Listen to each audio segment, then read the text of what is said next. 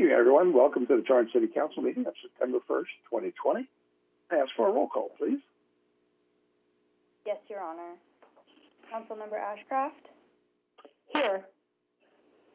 Councilmember Chen? Present. Councilmember Goodrich? Here. Councilmember Griffiths? Here. Councilmember Kalani? Present. Councilmember Matucci? Here. Mayor Fury? Here. The council will now recess to closed session to confer with the city manager and the city attorney on the agenda matters listed under 14A, threat to public services or facilities, 14B, real property, conference with real property negotiator, and 14C, conference with labor negotiator. A closed session on these matters is authorized by California Government Code Sections 54957, 54956.8, and 54957.6. We will return at 7 p.m.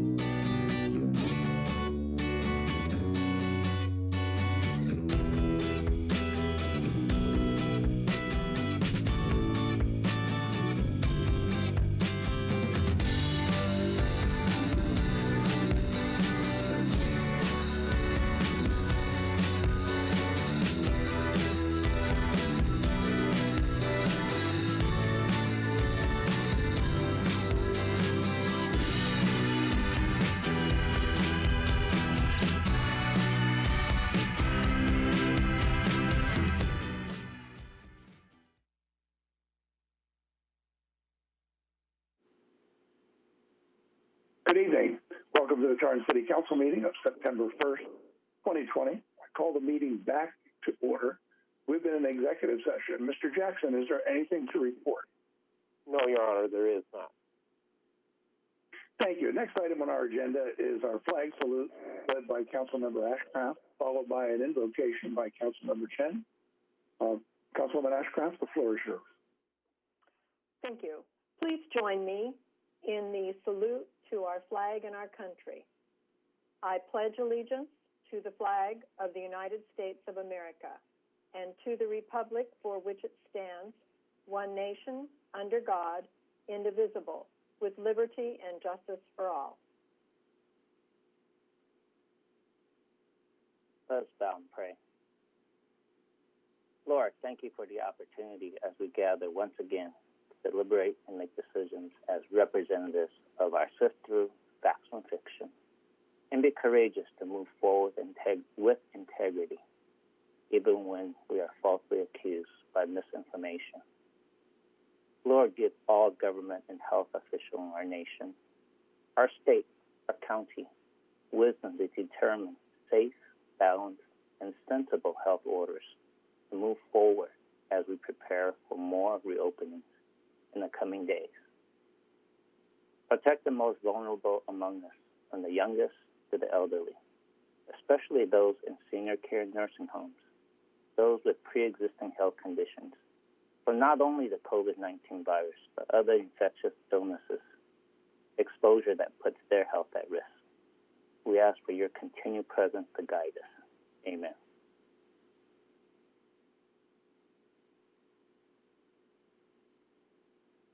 Amen. Thank you. May we have a report of the city clerk on the posting of the agenda? Your Honor, this agenda was posted Thursday, August 27th, 2020. Thank you. I'll take a motion to waive further reading of resolutions and ordinances after number and title. Councilmember Griffith. So moved. Councilmember Griffith. Councilmember Goodrich, second. Roll call vote. Councilmember Ashcraft? Yes. Councilmember Chen? Yes. Councilmember Goodrich? Aye. Councilmember Griffith?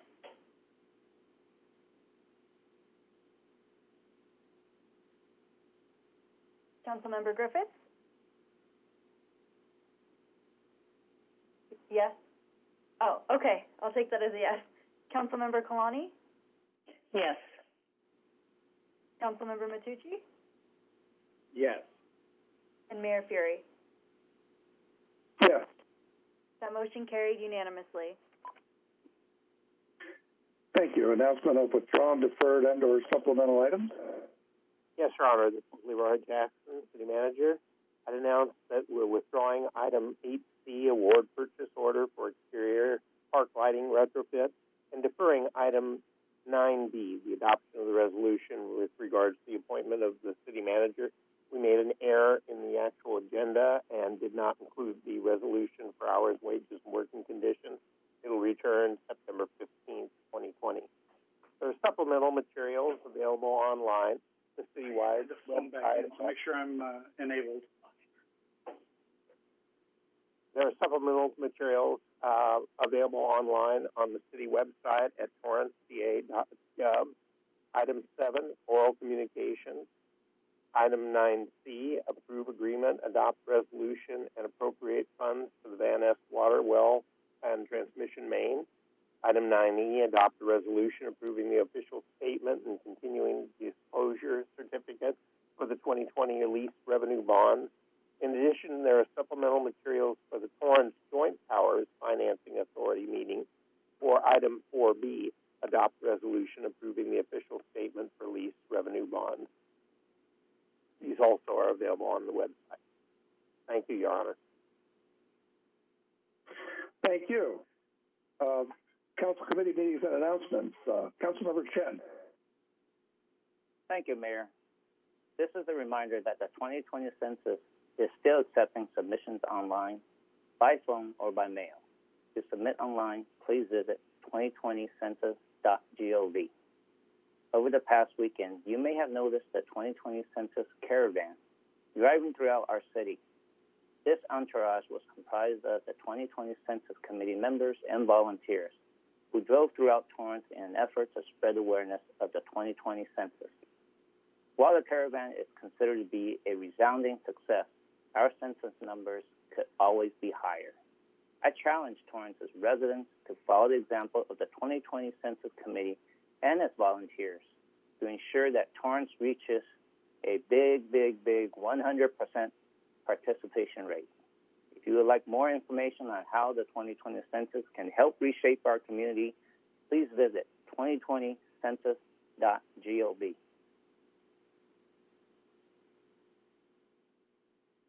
Thank you. Councilmember Goodrich? Yes, I'd like to announce that September is National Preparedness Month. Established in 2004, National Preparedness Month is recognized each September to educate and empower Americans to prepare for and respond to all types of emergencies, in addition to promoting family and community disaster planning now and throughout the year. The 2020 theme for National Preparedness Month is Disasters Don't Wait. Make your plan today. We encourage everyone to participate. The month is separated into 4 weeks of focus. This week, the focus is Make a Plan, which means update your plan and talk to your friends and family about how you will communicate before, during, and after a disaster. Second week, September 6th through 12th, the focus is Build a Kit, where you'll gather supplies that will last for several days after a disaster for everyone living in your home, including your pets. The third week, September 13th through 19th, is We Prepare for Disasters. You can limit the impacts that disasters have on you and your family and understand the risk of disasters in your area. Finally, the fourth week, September 20th through 26th, is to teach youth about preparedness. Talk to your kids about preparing for emergencies and what to do in case you are separated. It is suggested that everyone update your plans based on the Centers for Disease Control recommendations and local guidance due to impacts of coronavirus. More information and links to Torrance Office of Emergency Services social media accounts can be found at torranceca.gov/OES. Thank you. Thank you. Chief Cerna. Good evening, Your Honor. Thank you. This is a reminder. The Torrance Refinery Company will be conducting their monthly test of the Community Alert Siren tomorrow, September 3rd, at approximately 11:30 a.m. As a reminder, this is only a test. The monthly test is described as follows. A 1-minute chime, an all-clear chime, will precede and follow a 2-minute siren tone. Total testing time will not exceed 5 minutes. It is important to note that the siren tone carries a greater distance and may be heard beyond the reach of the chimes. During a real emergency, when you hear sirens, shelter, shut, and listen. If you're indoors, if you're at home and outdoors, go inside. Close all vents, windows, and doors. Listen for instructions on local cable and radio. If driving, continue to drive. Close windows and vents. Turn your radio to 1620 AM City Sound. Listen for the all clear chime sound that will signal everything is all clear. For additional information, please contact the Torrance Refinery Company Community Relations at 310-212-1852. Again, that's 310-212-1852. We also encourage all community members to sign up for Torrance Alerts. For more information regarding Torrance Alerts, please go to the City Torrance webpage. Thank you, Your Honor. Thank you, Chief. As the chair of the State Legislative Advocacy Committee, I would like to announce that we will be holding our first virtual meeting. The meeting will be held on Monday, September 14th, 2020, from 3 o'clock to 4 o'clock p.m. Meeting information will be posted on the city's website. The committee will be discussing the League of California Cities resolution and propositions in the upcoming general election. Members of the public are welcome to attend. I want to thank you all for joining us tonight. The COVID-19 pandemic and subsequent economic recession are testing the fabric of our society in a way it has never been tested before. I want to again thank you for your patience through these unprecedented times. It's important to us that you still have an opportunity to voice your comments during this pandemic. Public emails will continue to have a deadline of 2 p.m. on the day of the council meeting you wish to comment on. Thank you to those of you who have met today's deadline. All of those emails have been forwarded to the council as supplemental material and will be entered into the public record. Any emails submitted after the deadline will still be added to the public record at a later time. For those of you tuning in via Facebook, YouTube, live stream, or City Cable, because of the challenges faced in this council format and in accordance with Government Code Section 54954.3A, we will now dedicate a single 60-minute comment period to hear the public on all agenda items as well as for general orals by telephone call-in. The only exception to this 60-minute period is public hearings. Comments that are directly relevant to agenda-sized hearings will be taken as part of the hearing. You may participate by calling in to the Public Input Hotline. The number is 310-618-2404, and it will be displayed on the screen. Please be patient when calling in.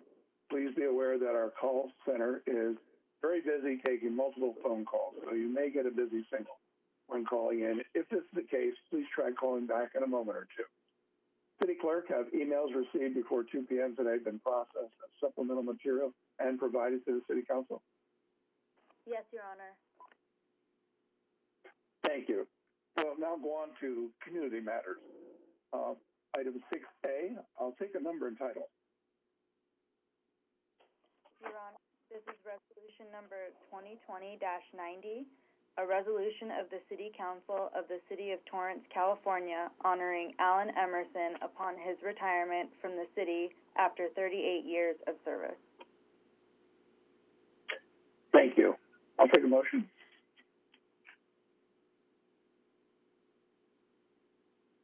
Councilmember Griffith. Yeah, I move to adopt resolution number 2020-90. Councilmember Chen.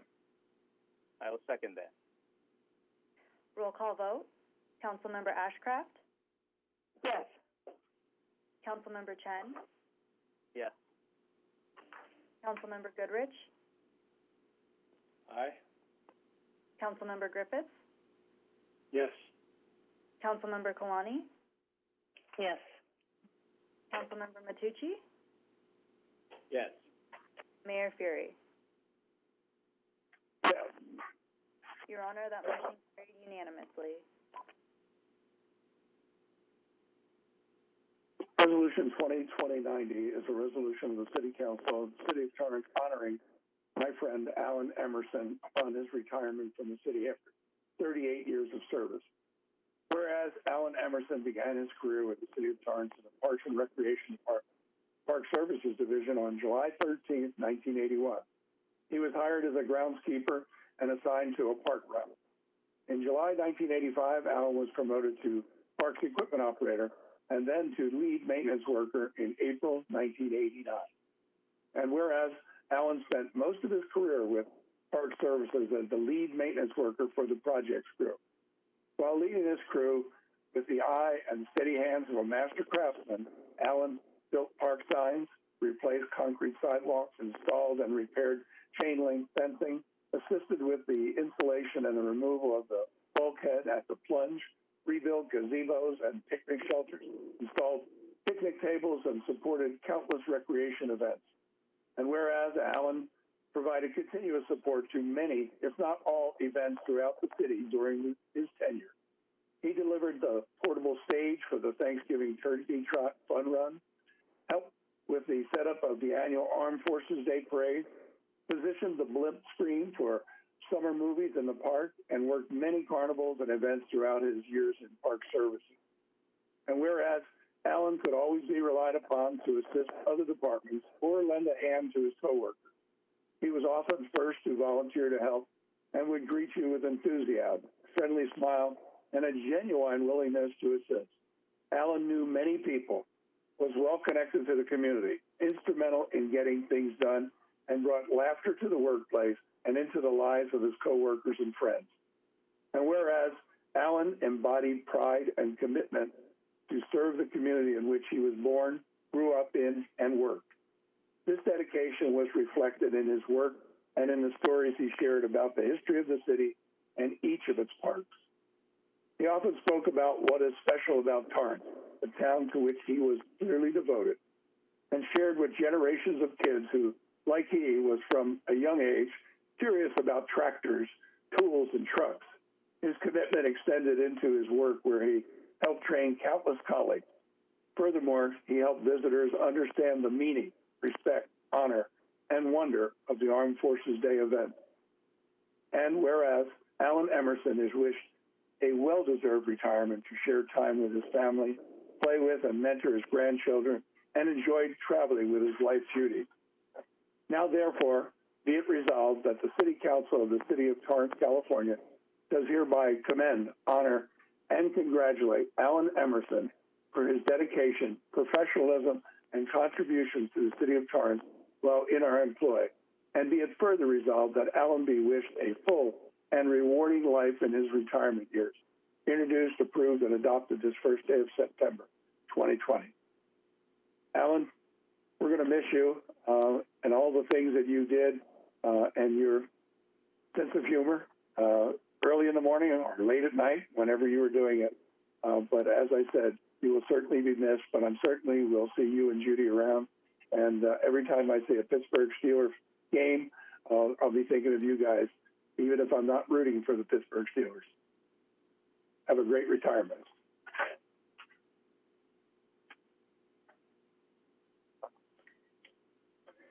Now moving on to item 6B, proclamation declaring September as Paint the Town Purple Month.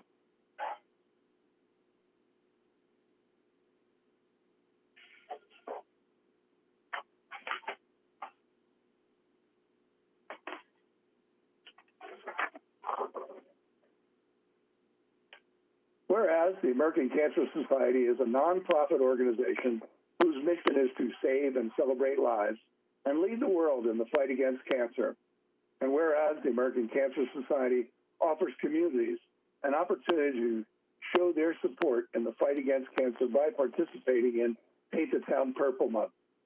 And whereas the Torrance community will paint the town purple September 3rd through October 3rd, including at the Relay for Life virtual event on Saturday, October 3rd, 2020. Residents and businesses are encouraged to paint the town purple by decorating with ribbons and lights of purple, attend business fundraising events, and donating to and joining the ACS Relay for Life Torrance. And whereas money raised during the Paint the Town Purple will support the Relay for Life of Torrance to further the American Cancer Society's mission to save lives and create a world with less cancer. And whereas currently the American Cancer Society has funded 91 grants in California totaling nearly $50 million and 739 grants nationwide totaling nearly $420 million.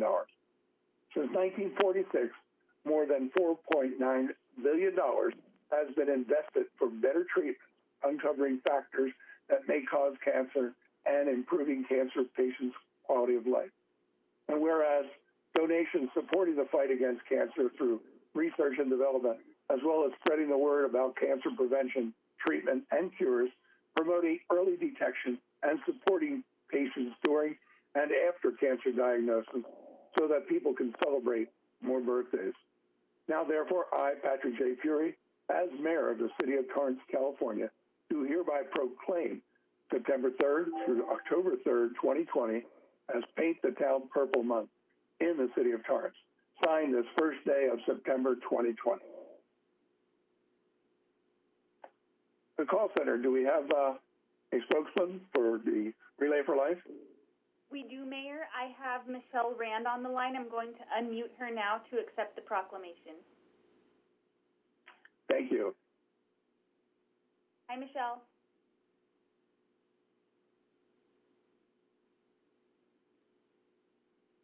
Can you hear us, Michelle? Oh, I'm so sorry. Are you there? Yes, hi. Okay, I'm so sorry. Good evening, Honorable Mayor Fury and City Council. On behalf of the entire event lead team, I'd like to thank you for this proclamation. This year will mark the 18th year that the City of Torrance has taken part in the Relay for Life movement, the largest fundraising event for the American Cancer Society. To date, the City of Torrance has raised over $3.2 million for the fight against cancer. This is no small feat. It takes sponsors, community teams like the city employees, the police and fire department, local businesses, schools, churches, families, and individual participants to make this event a success to further the American Cancer Society's mission. COVID has put a huge shortfall of over $200 million with the cancellation of all in-person relay events, but it did not slow the spread of cancer. There will be over 1.8 million people diagnosed this year, so we need to continue to fight back. September is Childhood Cancer Awareness Month, because cancer doesn't decide which age. It attacks everybody. Tonight, our call to action is to have everyone listening tonight to donate, participate in our food fundraisers to support our event and the local restaurants, and tune in to our virtual event on October 3rd at 10 a.m. Watch us streamed live on our Facebook page at Relay for Life of Torrance. There is still time to create a team or join any team. Need a suggestion? Maybe the Torrance employee team. I also would like to thank you for hosting the Lights of Hope event on September 12th. This event will bring awareness to the American Cancer Society's Cancer Action Network. This is where our voices could be heard at the federal level. To donate, join a team, or find out more information about the event, visit our website at Relay for Life of Torrance. On a personal note, I know I will not see an end to this disease in my lifetime, but I will continue to fight for as long as my life allows. So I thank you, City of Torrance, for everything that you do for the Relay for Life, and I hope to see you on our live event on October the 3rd. Thank you again on behalf of the entire event lead team for the Relay for Life of Torrance. Thank you, Michelle. And you didn't mention what occurred last Saturday was the Survivor Parade, car parade that honored the survivors of cancer that they did right here on Maple Avenue, which I know each and every one of the members that were the survivors who were there really appreciated the outpouring from the Relay for Life team from the City of Torrance. So thank you on behalf of them, and thank you on behalf of the council. Thank you on behalf of the citizens of Torrance. Thank you, Mayor. We move on. We are now moving on to item 6C, appointing Torrance Youth Council members for 2020-2021. The Torrance Youth Council was established 43 years ago to identify youth issues and concerns, make recommendations and suggestions, advise and confer with the City Council, City Commissions, committees, and city staff on related matters. In addition, they officially represent the city in youth affairs and provide support to the ATTIC, the Torrance Teen Center. The Torrance Youth Council is comprised of 18 students representing Torrance Unified School District High Schools, El Camino Community College, and the private high schools in Torrance. Tonight, I'd like to request that we, the Torrance City Council, approve the appointment of 18 members to serve as the 2020-2021 Torrance Youth Council. At this time, we will see the 2020-2021 Youth Council pictures will be displayed in a moment. City Clerk, would you officially swear the newly appointed Youth Council? Oh, no, City Clerk will officially swear the newly appointed Youth Council members in at a later date. And here are the members who are joining the council this year. Darren Matterman from South High School.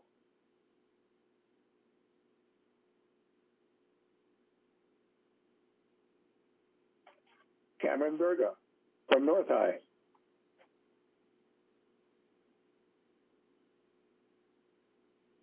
Christina Park from the California Academy of Math and Science.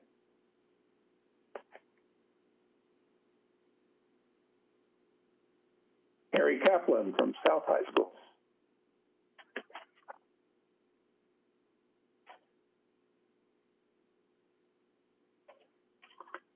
Eugene Joe from Torrance High School.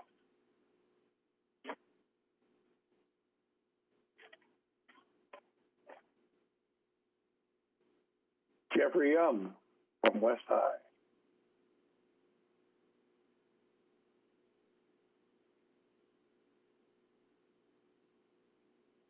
Henry Hasna from Bishop Montgomery.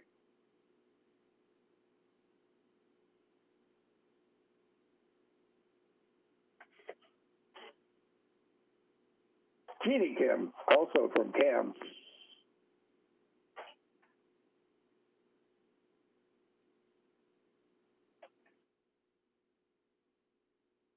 Elad Zaz from West High.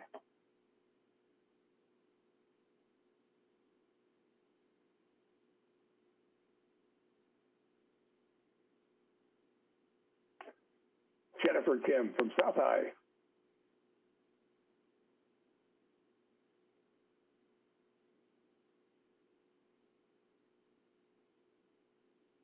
Kelly Chong from Torrance High.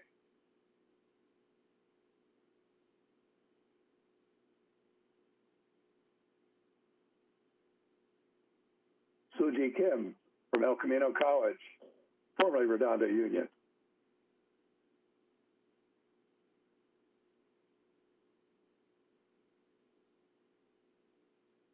Sean Yamaguchi from CAMS also.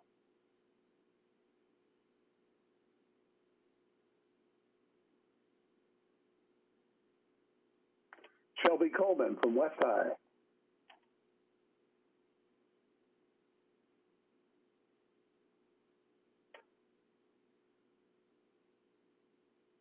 Willie Rowe from Torrance High School.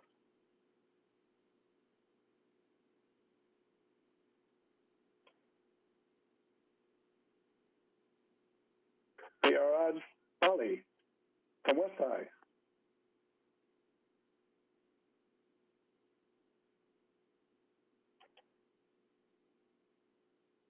Summer Fan from Torrance High School.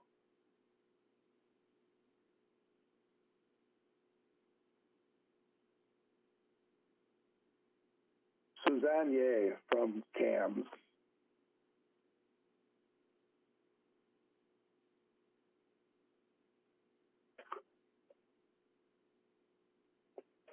I'll take a motion to approve the appointments.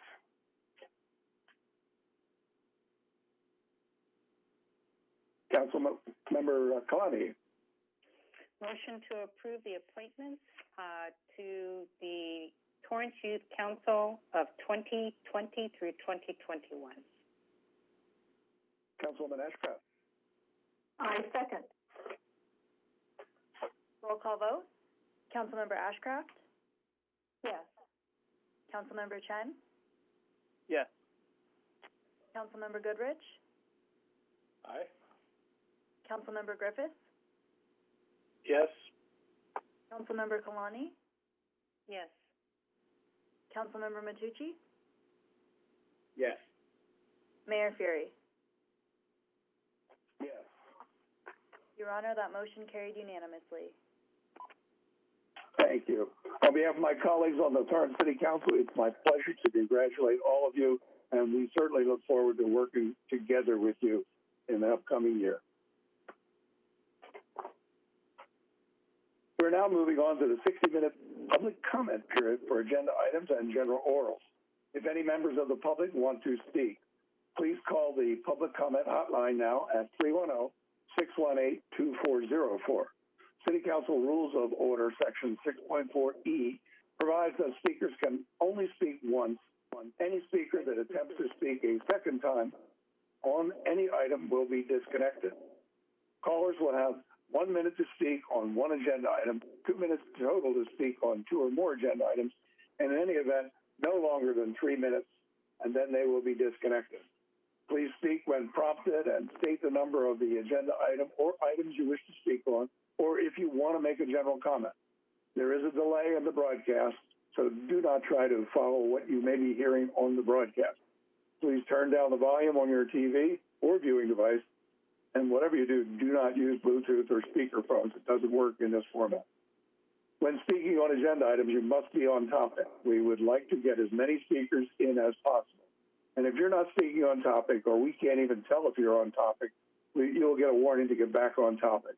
If you do not then speak on the topic, or if you go off topic once more time, you forfeit the remainder of your time, and we will move on to the next caller, pursuant to the City Council Rules of Order, Section 6.5 and Section 6.7, B3 and B4. If there are no speakers waiting before the 60-minute period has elapsed, we will close the public comment portion of the meeting. Please note that council orals will still take place at the end of the meeting. And remember, oral communications or public comment are for items not on the agenda, will not be discussed by the council. We may refer the item to staff or briefly try to answer or request clarification, but no details. So do we have any people who are signed up at the call center? Yes, Mayor, we do. I'll begin to patch the callers in. Please. Christy B., you are now unmuted. Can you please state which agenda item you are calling on? 6B is in boy. My Thank name is you. Christy Your 1 Banks. minute. I'm sorry. I'm sorry. Item 6B? Yes, ma'am.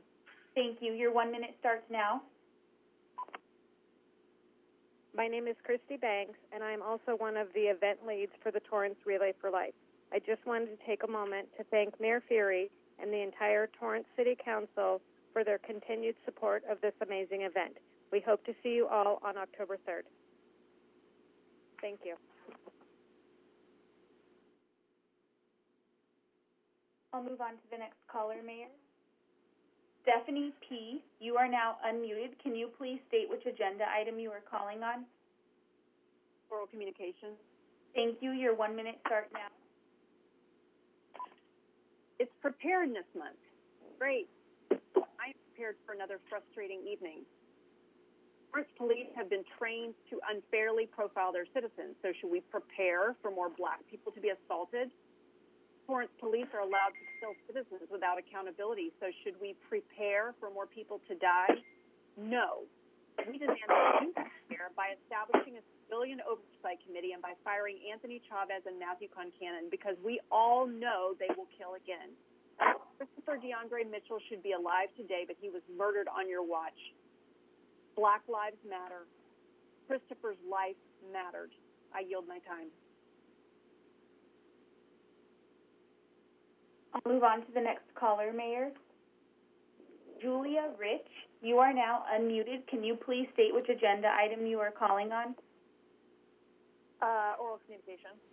Thank you. Your 1 minute starts now.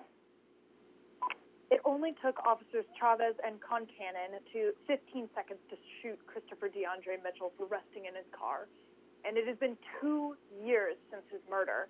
In an effort to be prepared, because these people will continue to murder innocent people and innocent citizens of Torrance, I call you to, in solidarity with Black Lives Matter Los Angeles, fire Anthony Chavez and Matthew Concannon, and for Torrance City Council to create a civilian oversight commission for the racist Torrance Police Department.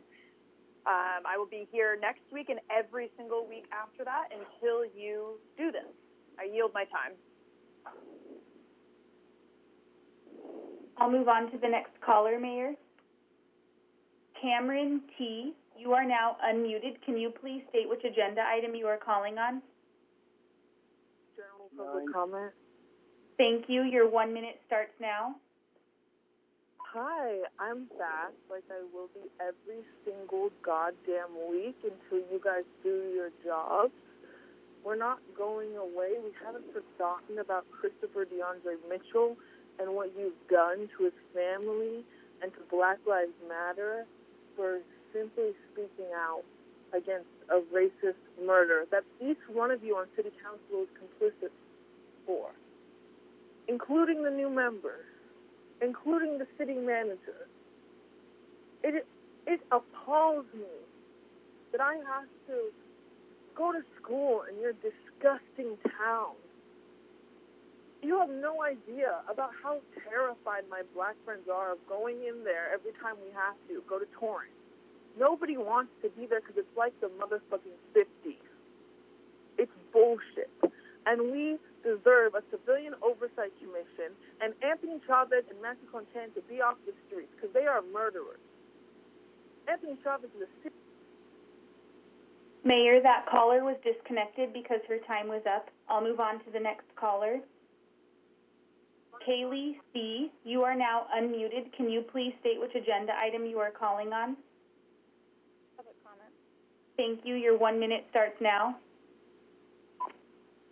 Yes, I'm just calling like every week before to stand with BLMLA and demand Christopher DeAndre Mitchell that his life mattered, that you guys declare his life mattered by just following simple demands. I'm so glad that September is Make a Plan month because we've been calling in for 2 years and it's time to make a plan. It's time to fire Chavez and Concannon. It's time to prosecute them. It's time to create a civilian oversight commission, just like Pasadena did, so you can contact them in your spare time and ask them how they did it. I'm sure they can give you step-by-step how they did that. And I wish that every citizen in Torrance had an opportunity to retire like Alan Emerson and to spend the rest of their life with the love of their life and to watch. Mayor, that caller was disconnected because her time was up. I'll move on to the next caller. Sarah B., you are now unmuted. Can you please state which agenda item you are calling on? Public comment, please. Thank you. Your 1 minute starts now. Yeah, I just wanted to, again, talk about the need for creating a police civilian review board. I know that everyone calls in every week about it, and I know that sometimes there's disagreement about it from different callers. I guess I myself just don't understand why you wouldn't create an oversight board, as it promotes transparency and better involves input from the citizens of the community. So I guess I would urge you to create that, as the previous speakers, callers have suggested. I also really advocate for the firing of those officers who killed Christopher DeAndre Mitchell. Thank you. I yield my time. I'll move on to the next caller, Mayor. Andrea S., you are now unmuted. Can you please state which agenda item you are calling on? Public comment. Thank you. Your 1 minute starts now. Again, like every other caller, I'm going to be here week after week, and I have been for the past few months. I stand in solidarity with BLMLA and their demands to fire and prosecute Anthony Chavez and Matthew Concannon and to establish a civilian oversight commission. This is the least that you can do. You can have city manager for Chavez and Matthew Concannon. And you know what? Maybe you can't prosecute him, but hey, you can make moves to make it happen. You can also establish a civilian oversight commission to hold your officers accountable who have already done with another racist incident with a woman whose brown father was mistaken for somebody who was kidnapping his white grandson. I'm also commenting about the vote by mail drop boxes. I don't understand why you voted or you chose not to do that. You care more about aesthetics than you do about racist attacks. Mayor, that caller was disconnected because her time was up. I'll move on to the next caller. Laura C., you are now unmuted. Can you please state which agenda item you are calling on? Public comment. Thank you. Your 1 minute starts now. In December, it's been 2 years since Christopher DeAndre Mitchell was shot by your police department by Matthew Concannon and Anthony Chavez. It's been 2 years of this. And now we're in the middle of an uprising, and I just hope that, the pressure is only going to increase, that we're only gaining in callers, that it's been 2 years and you can't come up with a freaking commission, like a civilian oversight commission. That's fucking absurd. I also think it's absurd that you hide behind this screen so we can't see your faces and don't know what you're doing. You're probably just laughing because you think it's a joke. You think it's a game, but we're not here to play. And if you want to talk preparedness, then prepare for us to multiply. prepare for us to keep coming, prepare for the wrath of injustice, prepare for all of it, because Torrance is just a fire waiting to happen, and some shit's going to go down because you're... Mayor, that caller was disconnected because their time was up. I'll move on to the next caller. Mateos K., you are now unmuted. Can you please state which agenda item you are calling on? General comment. Thank you. Your 1 minute starts now. Good evening. My name is Matios Kidane. I'm calling to demand for the immediate firing of officers Anthony Chavez and Matthew Concannon, officers that had killed before they killed Christopher DeAndre Mitchell. And I'm also calling to demand the council create a civilian oversight commission and just make black people feel safe in Torrance. I yield the rest of my time. Thank you. I'll move on to the next caller, Mayor. Mary Q., you are now unmuted. Can you please state which agenda item you are calling on?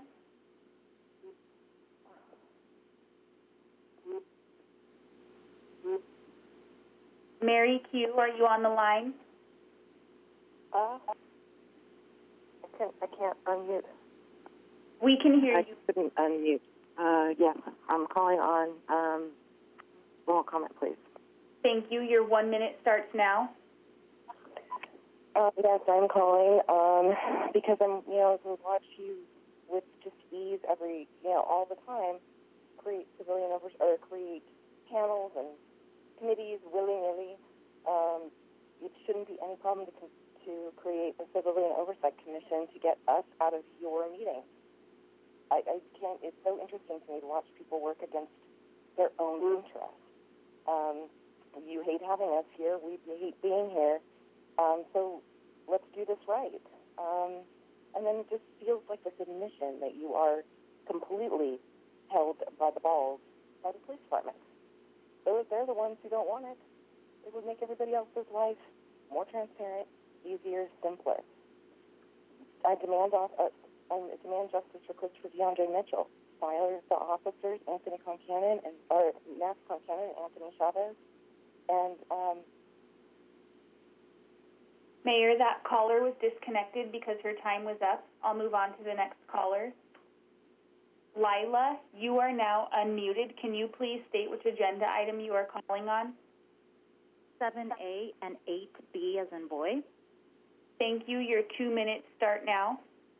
Thank you. Good evening, City Council and staff. Voting no on vote-by-mail drop boxes is appalling. Using vandalism as an excuse is disgusting. If council is concerned about the security of the boxes, reallocate some of the $106,000 the city is spending on 4 hybrid cars. Reallocate some funds that go to public safety and hire individuals to monitor the boxes. The last thing people want to do is come to Torrance to vandalize voter drop boxes. No one wants to come to this city. Torrance has killer police officers. Most Torrance residents don't wear masks because they are not enforced. Racists come to Torrance to abuse residents without repercussions. And Torrance leaders choose not to face their constituents. Torrance is far from what a 2020 city should look like. If your aim is to further marginalize the city, you are doing a fine job. All of our neighboring cities are working towards progressiveness. Torrance is moving backwards. The divisiveness City Council prolongs is as clear as the glass windows our leaders, quote-unquote, glaze at when callers participate in the public comment hour. Voter suppression is people oppression. And remember that in 2020, Torrance is being compared to the city of Vernon. Remember that. Torrance did not stand up for equity and accessibility. Remember that Torrance worked against its people, not for the people. Thank you, good evening, and I yield my time. I'll move on to the next caller, Mayor. Kat B., you are now unmuted. Can you please state which agenda item you are calling on? General public comment. Thank you. Your 1 minute starts now. I wish that Torrance City Council cared as much about people who are slaughtered by your police force as you do about people who are dying of cancer, because both are horrific and things that we need to fight at all cost. No one should be dying from police with their little itchy trigger fingers, like Christopher DeAndre Mitchell did. Police need to be held accountable. Anthony Chavez and Matthew Concannon need to be fired, and a civilian oversight commission needs to be established to prevent further deaths from police brutality and murderous violence. You can prevent this from continuing, so do it. You care about people dying? Well, then prevent these deaths from continuing and do something right for once. Give Christopher DeAndre Mitchell's mother, Sherlyn, the justice she deserves for her son and prevent further murders by Torrance police. Mayor, that caller was disconnected because her time was up. I'll move on to the next caller. Harry F., you are now unmuted. Can you please state which agenda item you are calling on? 6B. Thank you. Your 1 minute starts now. Good evening, Honorable Mayor and City Council. I'd like to thank the City of Torrance for its continued support for Relay for Life of Torrance. As you know, hearing the words, "You have cancer," can be the most devastating news. Even though we can't relay in person because of the pandemic, we will still be relaying virtually. You can support our fundraising efforts by purchasing a Luminaria bag, one in memory of someone who has passed away from cancer, or in support of someone who is fighting cancer, or in appreciation for the support someone has given. To purchase a Luminaria bag, go to www.Relay for Life of Torrance. We hope you will join our virtual Relay for Life on October 3rd, where your decorated Luminaria bags will be on display. Thank you for your time. I'll move on to the next caller, Mayor. Reverend, you are now unmuted. Can you please state which agenda item you are calling on? Yes, Reverend wants to talk on public comment. Thank you. Your 1 minute starts now. I pray to God that cancer takes Patrick Fury's bitch ass on out of here. It is very obvious that his racism has blinded him to the need of something that should have been in Torrance a long time ago. And that was a Civilian Oversight Commission in 2018 after the LA County Grand Jury told his racist bitch ass to put that thing in there. And in December 2018, you murderous bitch-ass Torrance police officers killed Christopher DeAndre Mitchell. And I declare and I decree, I hope that Relay for Life runs one day for Patrick Fury's ass, but when his ass finds out that his ass is on his way out of here, because either people are going to vote him out or cancer is going to take him out. And I pray that cancer takes his bitch ass on out of here.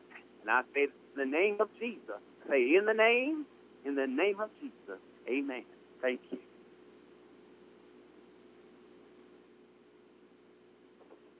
I'll move on to the next caller, Mayor. Derek W., you are now unmuted. Can you please state which agenda item you are calling on? Public comment. Thank you. Your 1 minute starts now. I'm a public school teacher of Los Angeles and in demand with Black Lives Matter Los Angeles.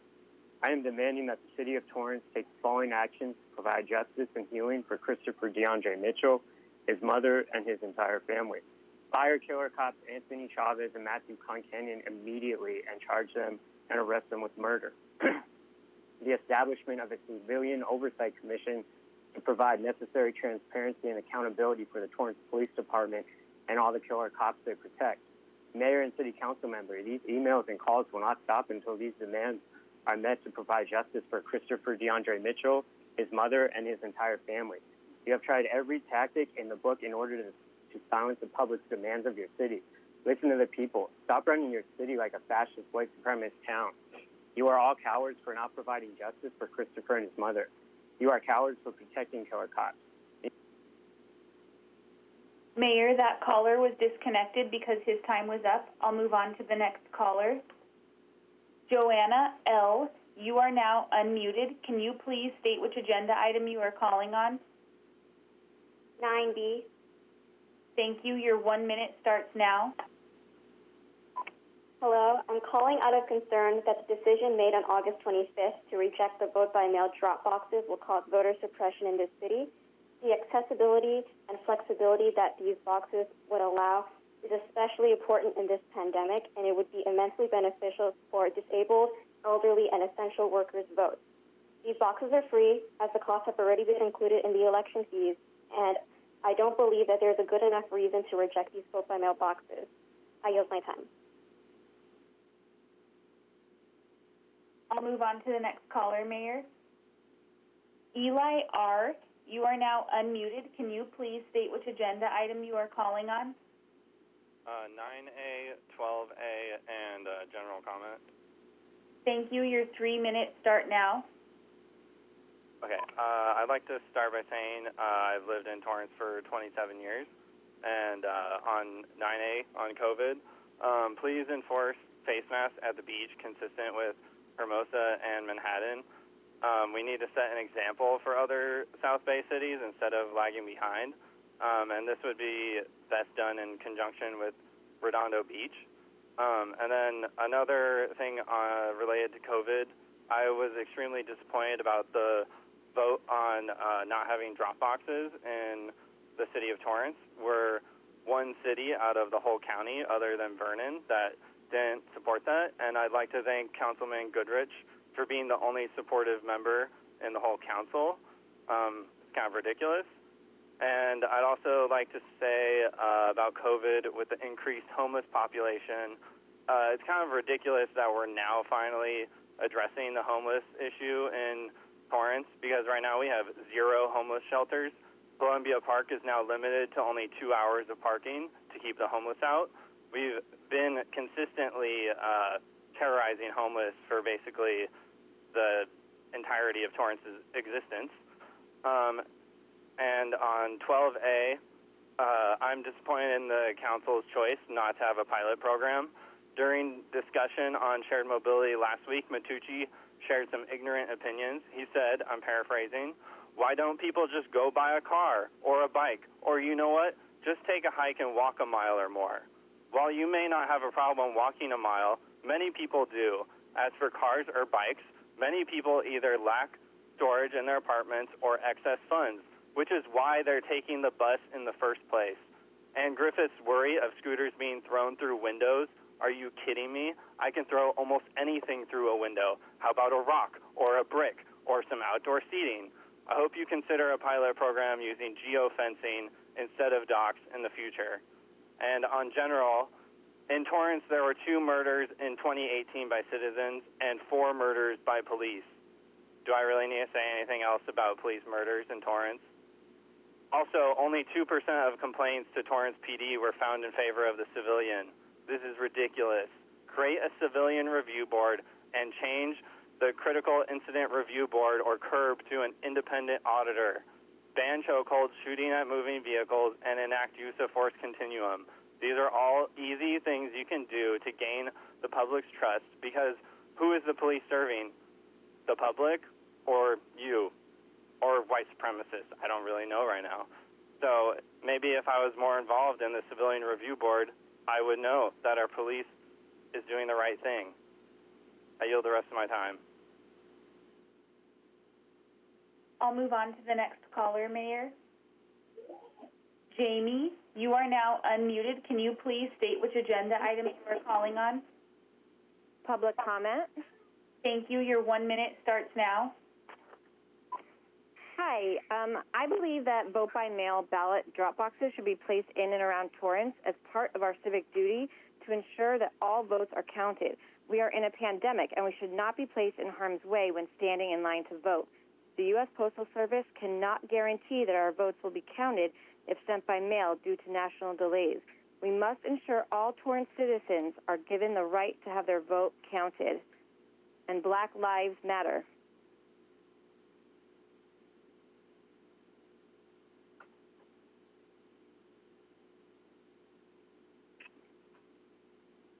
I'll move on to the next caller, Mayor. Maraki, you are now unmuted. Can you please state which agenda item you are calling on? Okay, my name is Maraki, and I'm going to be discussing the item regarding Christopher DeAndre Mitchell. Thank you. Your 1 minute starts now. Okay. I am calling to demand that the Torrance City Council prosecute and fire Officers Anthony Chavez and Matthew Concannon for the murder of Christopher DeAndre Mitchell. I'm also demanding that the City Council create a civilian oversight commission of the Torrance Police Department to review this case and the many cases of police misconduct by the Torrance PD. The public will not stop fighting until justice is brought for the family of Christopher DeAndre Mitchell. Black Lives Matter. Please be on the right side of history. I yield the rest of my time. I'll move on to the next caller, Mayor. Jessica F., you are now unmuted. Can you please state which agenda item you are calling on? General comments. Thank you. Your 1 minute starts now. Hi, I am once again calling in support of BLM LA, and I am telling you that you need to do the right thing and give Christopher DeAndre Mitchell the justice that he deserves. I'm genuinely exhausted from calling you guys each week, so I'm yielding the rest of my time. I'll move on to the next caller, Mayor. Arnie G., you are now unmuted. Can you please state which agenda item you are calling on? General comment. Thank you. Your 1 minute starts now. Hi, I'm just calling to say how terrible I thought it was what Councilman Matucci had to say last week regarding Black Lives Matter hijacking the comment period so that citizens can't call in. I haven't seen that citizens can't call in. I haven't seen that I haven't been able to call in. And I think that the City Council should make it clear that that hasn't been the case. I'm not saying I support them, nor do I support their profanity, but I do believe that everybody should, as a way of countering the Black Lives Matter movement that calls in, more citizens should call in with their comments about support for the police and other issues. I support the City Council and I support the police, and I want to thank them all for what they do for the citizens of Torrance. Thank you. I'll move on to the next caller, Mayor. Anthony Lim, you are now unmuted. Can you please state which agenda item you are calling on? I'm calling for the general comment. Thank you. Your 1 minute starts now. Yes, I'm calling because to support the Torrance Police Department. They are doing a great job, and I hope that they'll be able to prepare and for the upcoming riot or whatever that may have happened, may occur because of the LA shooting that just happened. Also, I'm concerned about the foul language since you're going to have a student council in place of you guys. You're going to have people like Reverend, as he calls himself, to call in and start using foul language. I was wondering if the parents of these high school students are notified about that, and if they still want to subject their kids to the foul language that happens during the comment. So that's all. And go TPD. I'll move on to the next caller, Mayor. Letty, you are now unmuted. Can you please state which agenda item you are calling on? My name is Letty. Thank you. Which item are you calling on?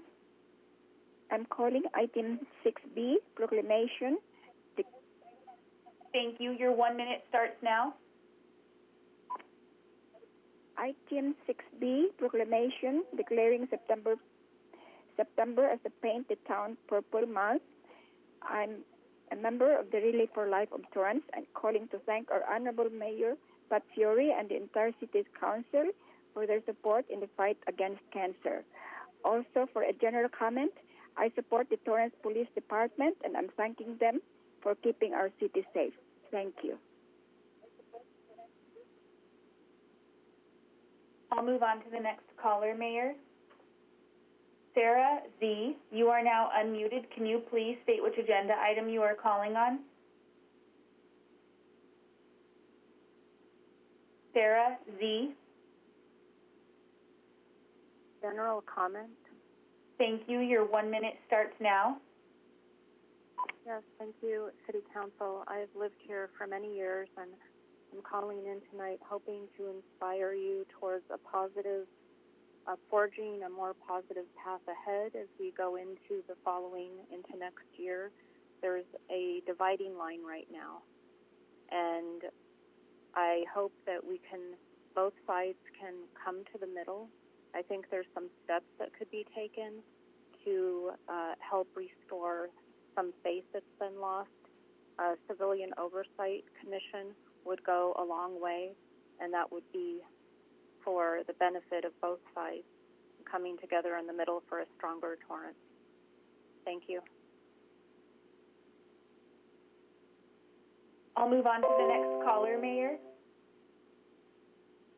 Filbert W., you are now unmuted. Can you please state which agenda item you are calling on? Public comment. Thank you. Your 1 minute starts now. Hi. So I wanted to demand justice for Christopher DeAndre Mitchell. I want to fire and prosecute Anthony Chavez and Matthew Concannon, and we need to establish a civilian oversight commission. Why wouldn't you? If you don't want to, that means you're definitely hiding something. I don't trust Torrance Police Department. And about the mail-in drop boxes, we really need those here. How are we not going to have that? There's no reason to not have that. And how are you going to prioritize aesthetics over every Torrance resident's voice getting represented? How can you defend that? I'm ashamed of this city. And of Councilmember Matucci, I don't understand how you're going to demonize homeless people. A lot of people are getting fired from their jobs, and they have toxic family relationships at home. You need to help these people and build homeless shelters here, too. I yield my time. I'll move on to the next caller, Mayor. Joe A., you are now unmuted. Can you please state which agenda item you are calling on? Public comment. Thank you. Your 1 minute starts now. As a long-time Torrance resident, for all of those who claim that the people of Torrance couldn't possibly care about Black people or racial injustice, I'm calling in again to demand that killer cops Anthony Chavez and Matthew Concannon be fired, and that a civilian oversight commission of Torrance Police Department be created. We are calling for justice on behalf of Christopher DeAndre Mitchell and the many other countless Black and brown lives, especially lost at the hands of police violence here in Torrance. There is a painful history of racial inequality within the city. I've experienced it firsthand. My father, my brothers, my cousins, my friends. If this is not happening to you, that does not mean that it's not happening at all. We will not stop until Torrance is actually safe and just for all, especially the Black community, most disproportionately killed by state-sanctioned violence. And foul language is hurtful. How about murder and the death of your loved one? Fuck you, and fuck you especially in the future. I'll move on to the next caller, Mayor. Anna A., you are now unmuted. Can you please state which agenda item you are calling on? General comment. Thank you. Your 1 minute starts now. Hello, my name is Anna, and I'm a middle school math teacher, and I'm a lifelong resident of Torrance. Firstly, I would like to express that the council made the wrong call on the ballot drop-off boxes. That would definitely ensure people will be able to vote. We are currently one of 2 cities in LA County that rejected the ballot drop boxes that are already paid for, and they would make voting much more accessible and safe. You are repressing the vote in Torrance by taking the actions you've taken. I'm also calling again this week to demand justice for Christopher DeAndre Mitchell. You need to fire killer cops Anthony Chavez and Matthew Concannon and create a civilian oversight commission of the Torrance Police Department. These officers took a life, and one of them has killed before, and they do not deserve to be employed by our city. The Oversight Commission is in line with logical balance of power and was already mandated by a grand jury, and is obviously needed since officers who murder people face no repercussions. Fire officer... Mayor, that caller was disconnected because her time was up. I'll move on to the next caller.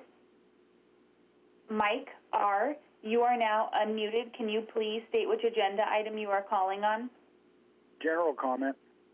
Thank you. Your 1 minute starts now. Council members, I really, really enjoy living in the city of Torrance, and I'm a longtime resident. I support and I'm very proud of the police department. Please don't defund them. If anything, give them more money. I like that the council meetings are online so that they can't be disrupted. I think you should continue them online. And then for a final note, council members, please write down Ermanita and 187th Place. I've sent in a couple of emails to the city. The weeds there are growing so big that people are walking around the sidewalk on the street because they can't get by. It might be because of the nursery. I'm not sure. But at any rate, please notify the nursery or get somebody out there to clean up those weeds. Thank you very much. I'm really proud of the job you guys are doing in these difficult times. I yield my time.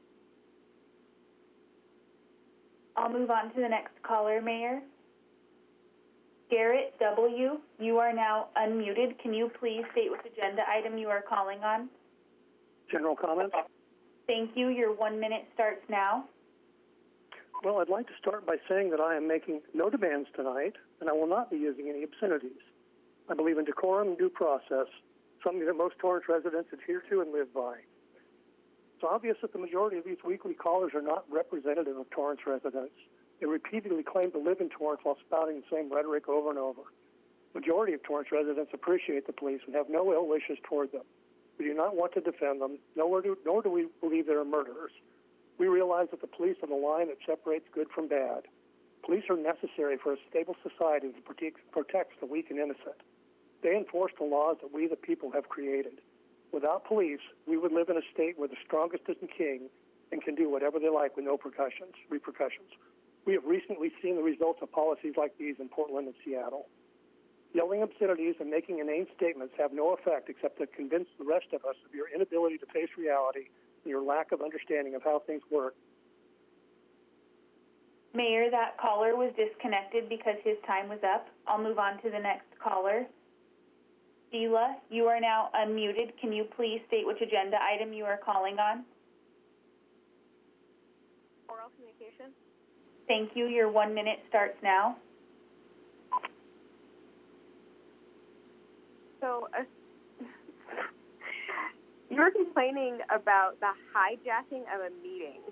We are concerned about the hijacking of a life. You're concerned about our language.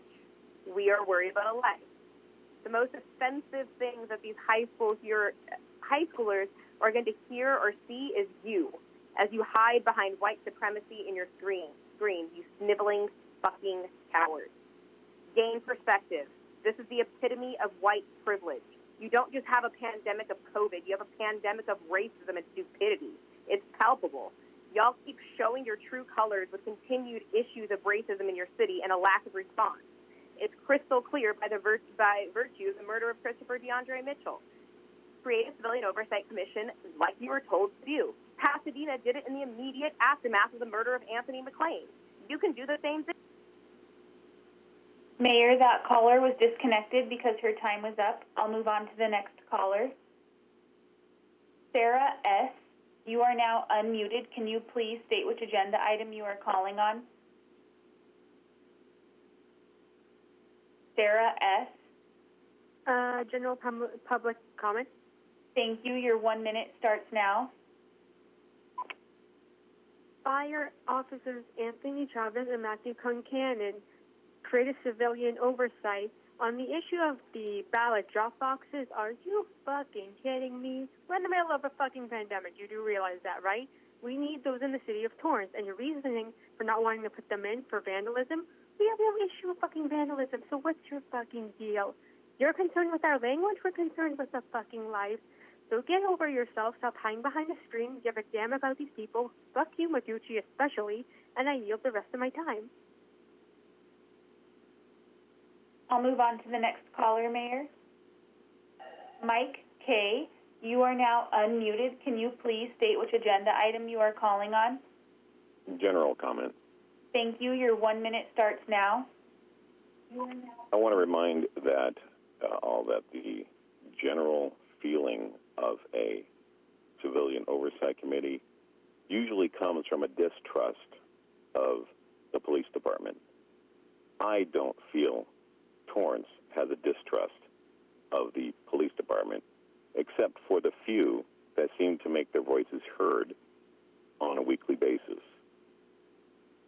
I hope the police department continues in the fine fashion that it is, and thank you to the City Council and the staff for doing the great job they are doing.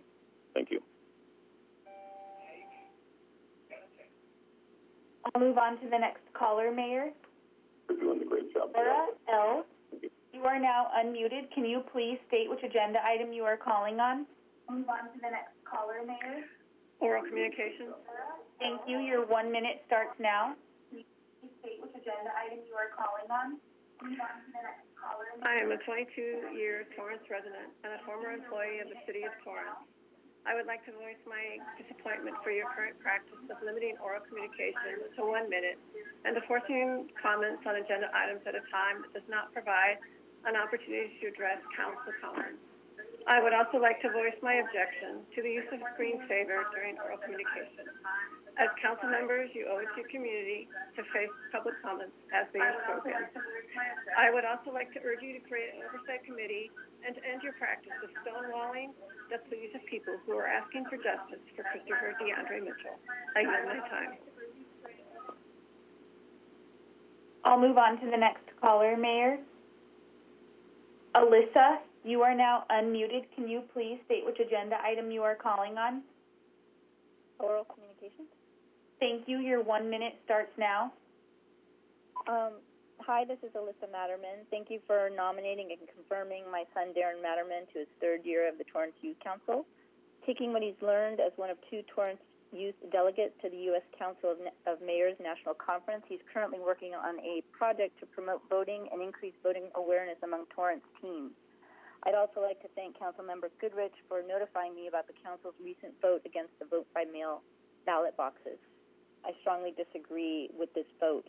I don't understand how Torrance and the city of Vernon, with a population of only 112 residents, are the only two of 88 cities in LA County that will not have these free ballot boxes.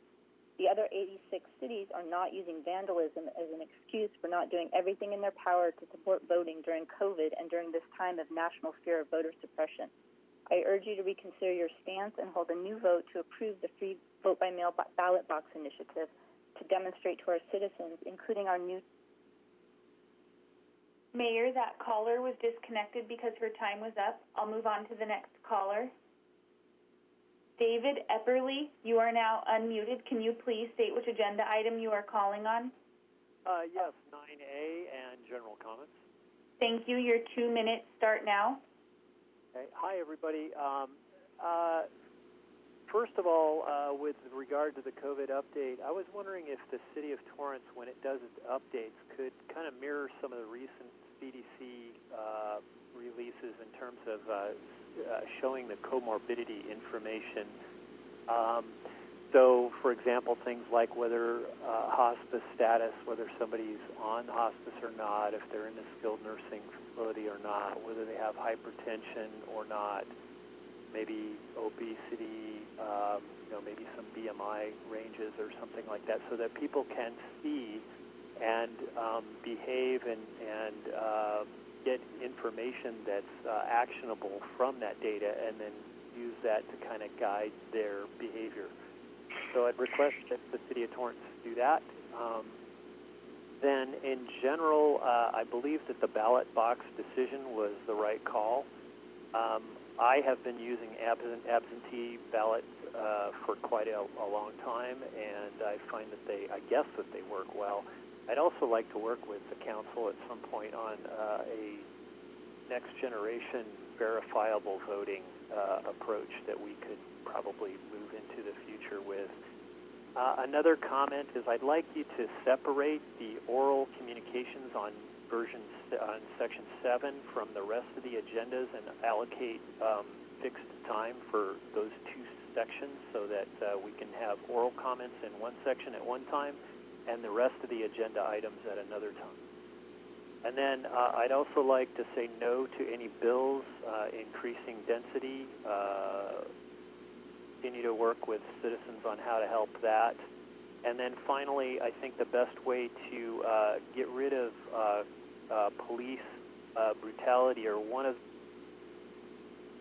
Mayor, that caller was disconnected because his time was up. I'll move on to the next caller. Andy P., you are now unmuted. Can you please state which agenda items you are calling on? Hi, I'm Andy Porchop, and I would like to talk on 9B, 8B, and the general comments. Thank you. Your 3 minutes start now. Okay. Hello. 8B is, I don't know why you have to buy 4 new cars and why hybrids, because your savings on a hybrid comes back about 50 or 80,000 miles, and that's how much mileage the vehicles, what you're going to replace with this 4 new vehicle is have, as I saw it, 80,000 miles. So you could just not buy a new car, especially in this pandemic when you don't have money, remember? You don't have money, then you buy 4 new cars, and then you throw away 4 cars with 80,000 miles. Okay, go back to 9B, city manager appointment. I'm so happy that we have a new city manager, although he's just going to be appointed, and I like to congratulate him for being the new city manager.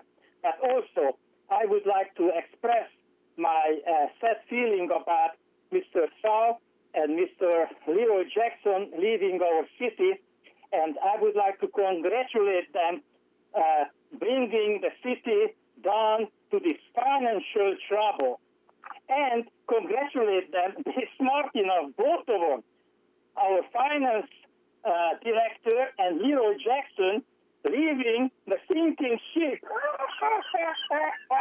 They freaking smart, and poor Aaron going to have to be here cleaning up the pile of, you know what, they left behind. It's so stinky, I smell it every day. And congratulate Aaron. I know he's just doing it for the money, because that he's going to make $23,000 a month.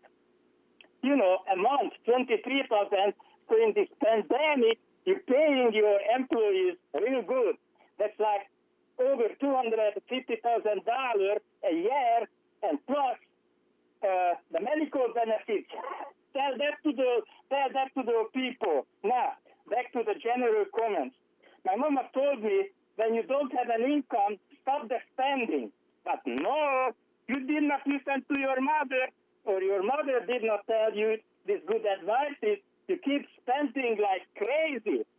And you're denying you don't have money, and then last week you raised all the taxes on water, on the waste fee, like the trash fee, and the Edison, you know, the electric bill, like these hidden taxes like franchise fee. That's not going to come out of my pocket. Thank you very much. I was going to pay more for water, more for trash, and more for... Mayor, that caller was disconnected because his time was up. I'll move on to the next caller. Ben Espinoza, you are now unmuted. Can you please state which agenda item you are calling on? Yeah, I'd like to make a general comment. Thank you. Your 1 minute starts now. So I would just like to say, Councilmember Matsushi has done a great job, and we're not funding the police. Our city of law and order, we're going to keep it that way. And I've been seeing a lot of homeless people on the city of Torrance. The city is very trashy. They need to clean this up. I've seen too many motorhomes with homeless people on it, in parking lots and whatnot. People can't even park there because there's just motorhomes everywhere. That's all I want to say. And you guys are doing a great job. Have a good night. Bye.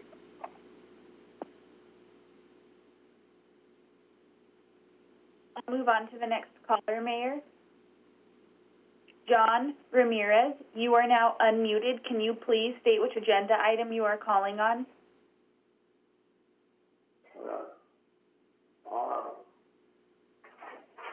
Thank you. Your 1 minute starts now.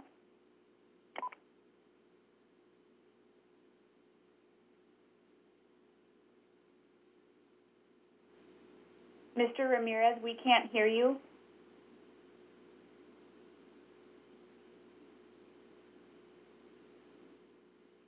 Mayor, I'm going to disconnect that caller since we cannot hear him. I'll move on to the next caller. Richard W., you are now unmuted. Can you please state which agenda item you are calling on? Public comments. Thank you. Your 1 minute starts now. I am calling in support of the Torrance Police Department. I think our department does a wonderful job. I think all of these negative comments, try to remember that this person was driving a stolen car, parked in a back lot. The police approached him. He opened the door. They told him to put his hands on the steering wheel, which he did, and then he removed his hands and moved down to between his legs, and they opened fire on him. Now, when they say, 15 seconds, and all he was doing was sitting in his car, he was sitting in a stolen car that the person whose car he stole was driving behind him trying to catch him. I'm tired of being called a racist because I don't agree with your agenda. I think that Black Lives Matter is a Marxist organization, a violent organization, and I think that you are not listening. Mayor, that caller was disconnected because his time was up. I'll move on to the next caller. William A., you are now unmuted. Can you please state which agenda item you are calling on? Oral communication. Thank you. Your 1 minute starts now. Hi, good evening. I have a few points to make. The first one, very proud of the Torrance Police Department, yet I do believe that additional training is needed so that they don't jump to conclusions so quickly. Their job is to de-escalate and always be in control of the situation. Second comment is to protect our right to vote. I disagree on your decision about the ballot boxes. I don't want to drive to Hawthorne, Inglewood, or some other neighboring city to have to vote. I think we need our ballot boxes. That's it for today, and thank you for everything. Bye. I'll move on to the next caller, Mayor. At this time, we have 3 callers left on the line with about 8 minutes remaining in the public comment portion. Fred. Thank you. Thank you, Mayor. Fred, you are now unmuted. Can you please state which agenda item you are calling on? Public comment. Thank you. Your 1 minute starts now. Well, first off, I just wanted to tell the council that I think they're doing a good job. I believe our police department's doing a good job. And I'd like to wish the council person who's having a birthday today a happy birthday. I yield the rest of my time. I'll move on to the next caller, Mayor. Ann T., you are now unmuted. Can you please state which agenda item you are calling on? Just public opinion. Thank you. Your 1 minute starts now. Thank you, City Council, for your wisdom of honoring your citizens by verbally enforcing masks. The CDC just came out and stated that only 6% of all COVID cases were actually the cause of COVID deaths. Many others were attributed to other things that were going on. COVID is something for us to be concerned about, but I don't believe that it is worthy of making normal citizens criminal or fining them. I also agree with past callers that the aggressive mob mentality that uses profanity and racism to state their demands is not worthy of your consideration. I appreciate the encouragement of legitimate voting at the polls. Those who want to use voter boxes can go to other cities that are complying with that. I also want to stand with many of my fellow Torrance residents that we are pleased with our city council and our police, and we understand it's a tough job. Mayor, that caller was disconnected because her time was up. I'll move on to the next caller. Steve S., you are now unmuted. Can you please state which agenda item you are calling on? Steve S. Comment. Thank you. Your 1 minute starts now. Yeah, two very quick items. One, if anyone really wants to know about what Black Lives Matter is about, review their tweets from prior to the Floyd incident. Then you'll see what they're really about.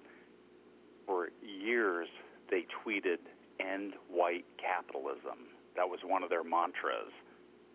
Don't support white businesses. They tweeted this out. You can go to twitter.com and see that. So that really tells what that organization's about.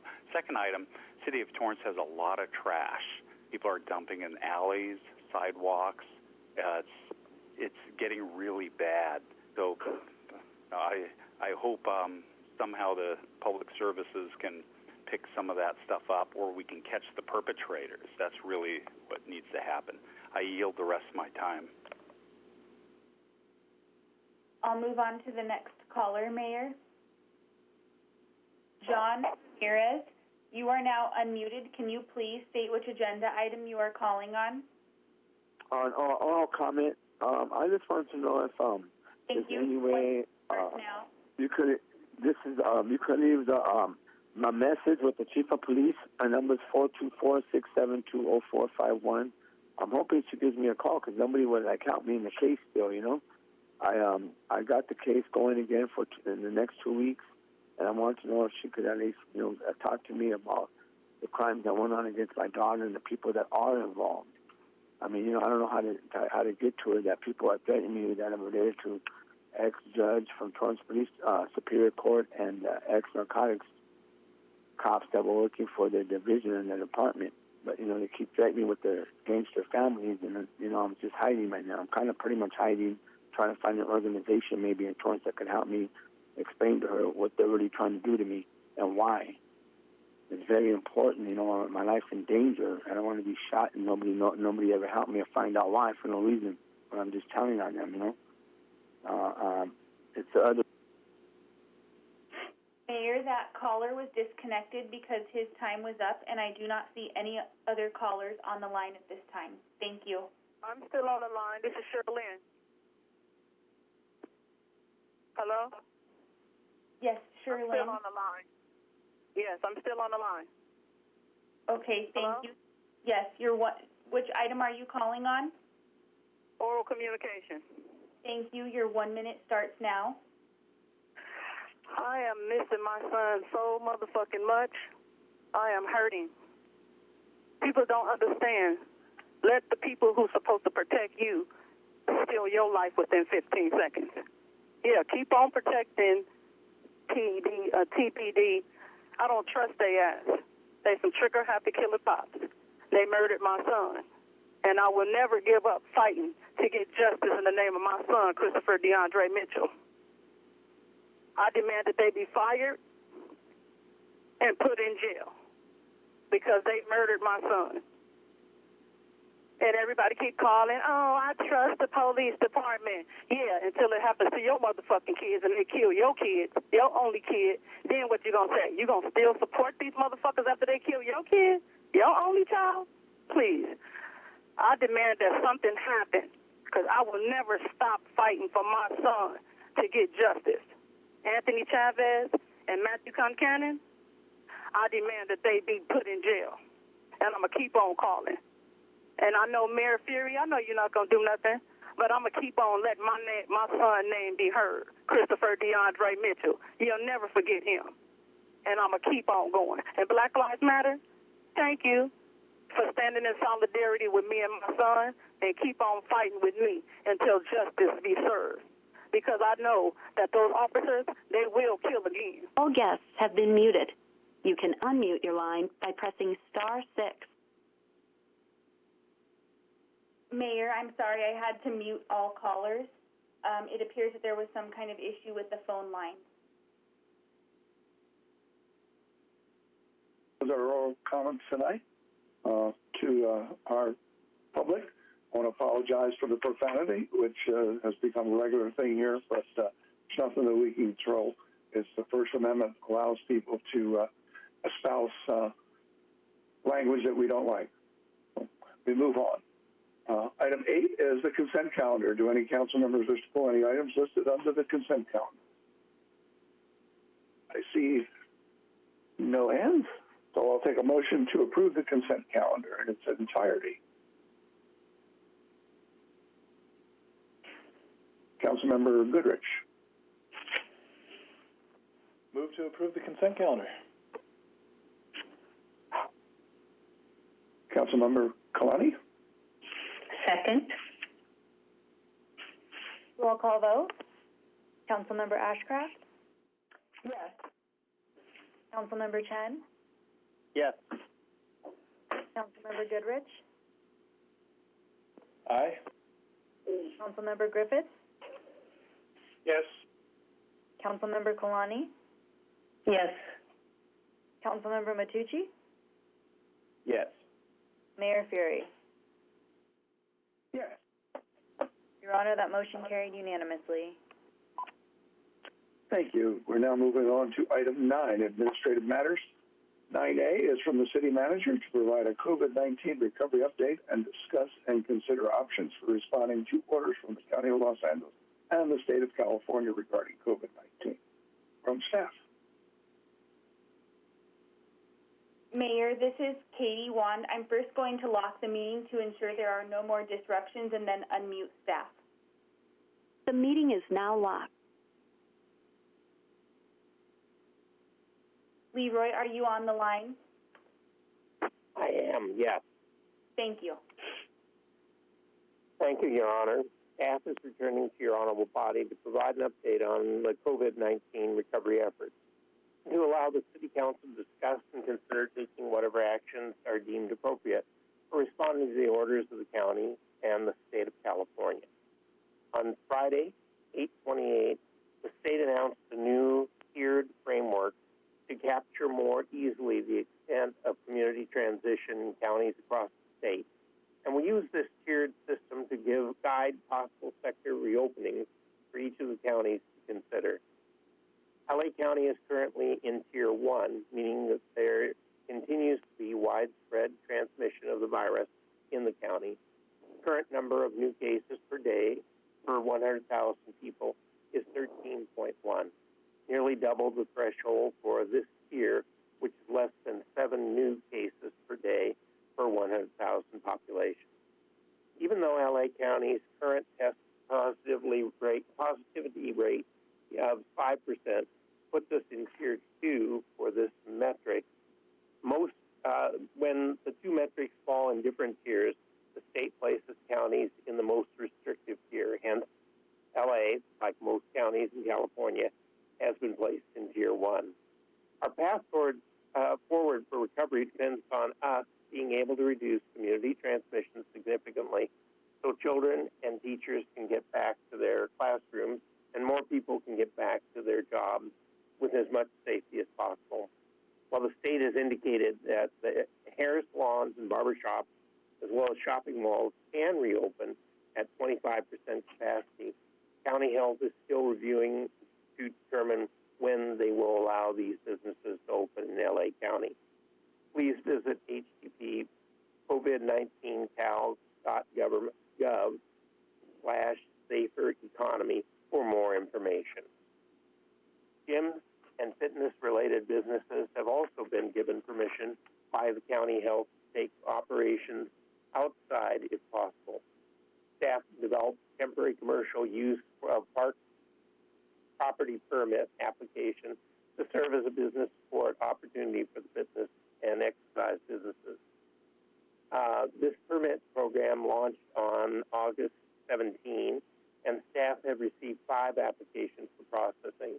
2 have received final approval for a permit. As processes and assistance opportunities are updated, we'll continue to communicate the information via both the city website, social media, webinars, or teleconferences as needed. Al Fresco in Old Torrance is entering its 3rd and final month of the council-approved pilot study. Staff from various city departments coordinated street closures along Sartori that took various forms. First, in July, portions of El Prado and Sartori were closed closed through traffic between El Prado and Marcelina. In August, Sartori closure was extended north to the Post Avenue. Now that several restaurants have implemented a combination of parking lots, sidewalks, and protected on-street dining, staff will be assessing how the program is impacted without any street closures and the incorporation of existing Sartori on-street parking stalls. Upon completion of the pilot study and after additional staff outreach to the area businesses is completed, staff will return to your honorable body with an analysis, with recommendations, and request direction on the next steps at that time. Restaurants and other businesses interested in pursuing extended outdoor dining or business operations are encouraged to contact our Office of Economic Development. Permitting fees and some equipment costs can be covered. Staff continues to reach out to the businesses and share the latest guidelines posted on the city's business resource website, cityoftorranceca.com/reopening. Questions can be directed to the Office of Economic Development either via email at economicdevelopment@torrancecal.gov or via phone at 310-618-5807. City of Torrance continues to monitor all federal, state, county guidelines and share information from our community. The public is reminded to wear a face mask, coverings at all time when in public, and to follow social distance protocols. Our fire chief, the EOC director, and I are available for questions. Thank you, Your Honor. Thank you, Mr. Jackson. Are there any questions from the council? I don't see any of Mr. Matucci. Thank you, Mayor. I think a few of you may know what I'm going to say, and it's not going to be nice. The county and the state, what they're doing is, in my opinion, it's criminal at this point. There's opening, reopening, kind of closing, 25% capacity. The people that are making these decisions have never, ever, ever run a business of their own. How is a salon supposed to operate at 25% when their expenses are at 100%? How are people supposed to work under certain circumstances that are almost impossible, like restaurants that previously had 200 seats now have 50 seats outside? You know, I mean, it's getting to the point. I think Councilman Chen brought it up. Our numbers are far better than most of the county. I really do think that Torrance should be somehow given a waiver, somehow given leeway, because we have the facilities, medical facilities, where we have the numbers that don't show that there's some kind of major pandemic going on that will justify destroying many, many jobs and personal businesses. I've said this before, and I think, and I really do think that our city should at least look into taking legal action against the county and possibly even the state. Because at this point, they are destroying not just the livelihood of many in our city, but they're also destroying our city as a municipality. We have millions of dollars that we're having to cut from our budget, and not because necessarily of COVID-19. It's because of politicians that are making some ridiculous decisions. Is COVID-19 real? Yes, it's 100% real. The virus, it kills people. I get it.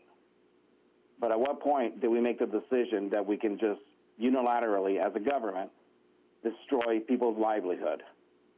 The right to work, the right to make a living, and the right to prosper as well, not just to pay bills. Okay? If Costco can stay open, then everybody should stay open.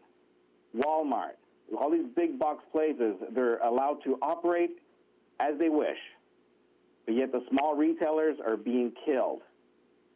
So what I ask for us to do tonight is at least look into the direction, or getting some direction from our legal counsel of what we can do legally to stop this, because it doesn't seem like this is stopping any time soon. It's already too late for many, but let's save some of those jobs that are still here, some of those businesses that are still here. I deal with commercial property as a business. That's my livelihood. And I see businesses closing down every day. It's unfortunate it's become a daily thing. So I don't know if I have to ask concurrence or what, but at least let's look into what possibilities, what kind of legal action we can take against the county. I know some of us have friends at the county level and relationships that we don't want to hurt, but we're here to work for the people of Torrance. And many of the residents are also business owners or employees of these businesses that are being shut down. I would like for us tonight to go in that direction. I don't know if I have concurrence or not. That's what I'm asking for.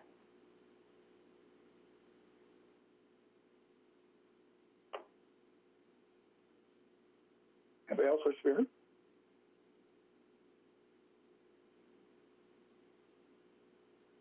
Councilmember Chen.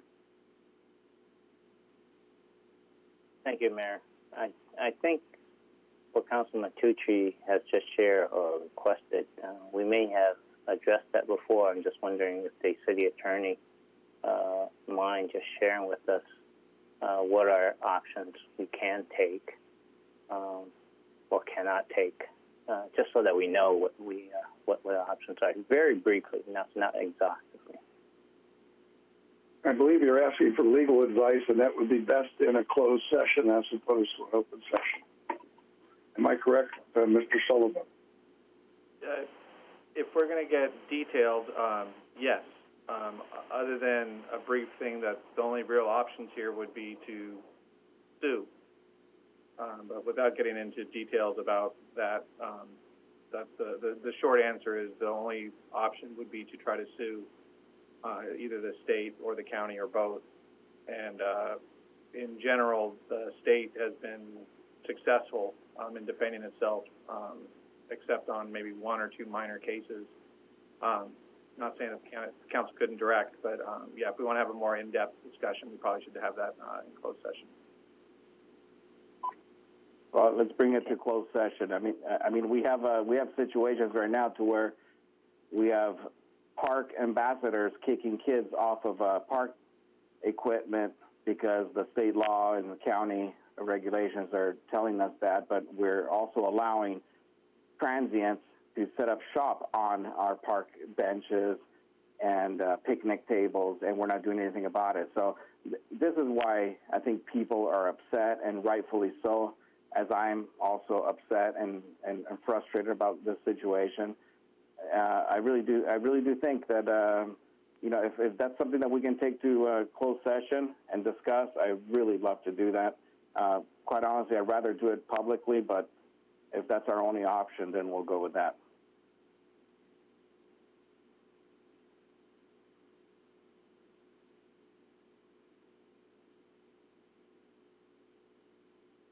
Anybody else wish to be heard? Councilmember Griffith.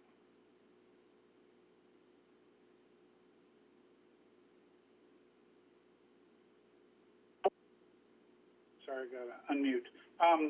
I just wanted to take a moment to thank staff for making the effort that they did to set up the downtown dining, alfresco dining experiment. I think it was a worthwhile effort to try to help our businesses, especially our restaurants in downtown, to be able to regain some of their business, and I think we were very successful in doing that from all my own personal observations. But I do agree with staff's decision to finally decide to end the blockage of the road there and open up all the parking spaces that aren't being used by restaurants to the other businesses and to the restaurant patrons as well, to use that space in a more efficient manner. And I think that the restaurant patrons are properly protected with the barriers that the restaurants have put up and will continue to use. And so I wanted to thank staff for all our efforts in making that happen, and I'm thankful to see that we're flexible and we adjust as needed. Thank you very much. Thank you, sir. Anybody else? If not, I'll take a motion to accept and file. I did it. Councilmember Goodrich. Move to accept and file.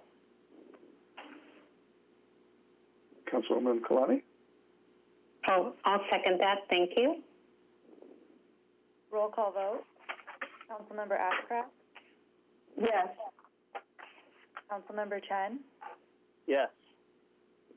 Councilmember Goodrich? Aye. Councilmember Griffiths? Yes. Councilmember Kalani? Yes. Councilmember Matucci? Yes. Mayor Fury? Yes. Your Honor, that motion carried unanimously. Thank you. Item 9B has been pulled and will be brought back at a later date, so we'll now move on to item 9C, as in Charlie. Item 9C is from Public Works and Finance to approve an agreement, adopt a resolution, and appropriate funds to the Van Ness Avenue water wells and transmission main, I-145. From staff, Mr. Detto, I'm sure. Yes, Honorable Mayor Fury and Council, this is John Detto from the Public Works Department. The item before you is to approve the State Water Resource Control Board installment sale agreement, which establishing the terms and conditions for a $16 million state revolving fund loan for the Van Ness Avenue water wells and transmission main project, I-145, and adopt a resolution approving said installment sale agreement and authorize the city manager or interim city manager to sign the agreement and in the amendment. Also to appropriate the $16 million of the state revolving fund loan proceeds to I-145 and appropriate a previously approved grant of $750,000 from the Bureau of Reclamation to I-145 for a new budget of $18,682,578.75. And I'm available to answer any questions. Thank you. I just want to thank you for your ongoing efforts for water independence, and that's what we've been looking for since I've been on the council and way before that. And to the community out there, it's a large number to drill a well, but the rewards on the water that we get from that will go on until the aquifers, if they ever empty out.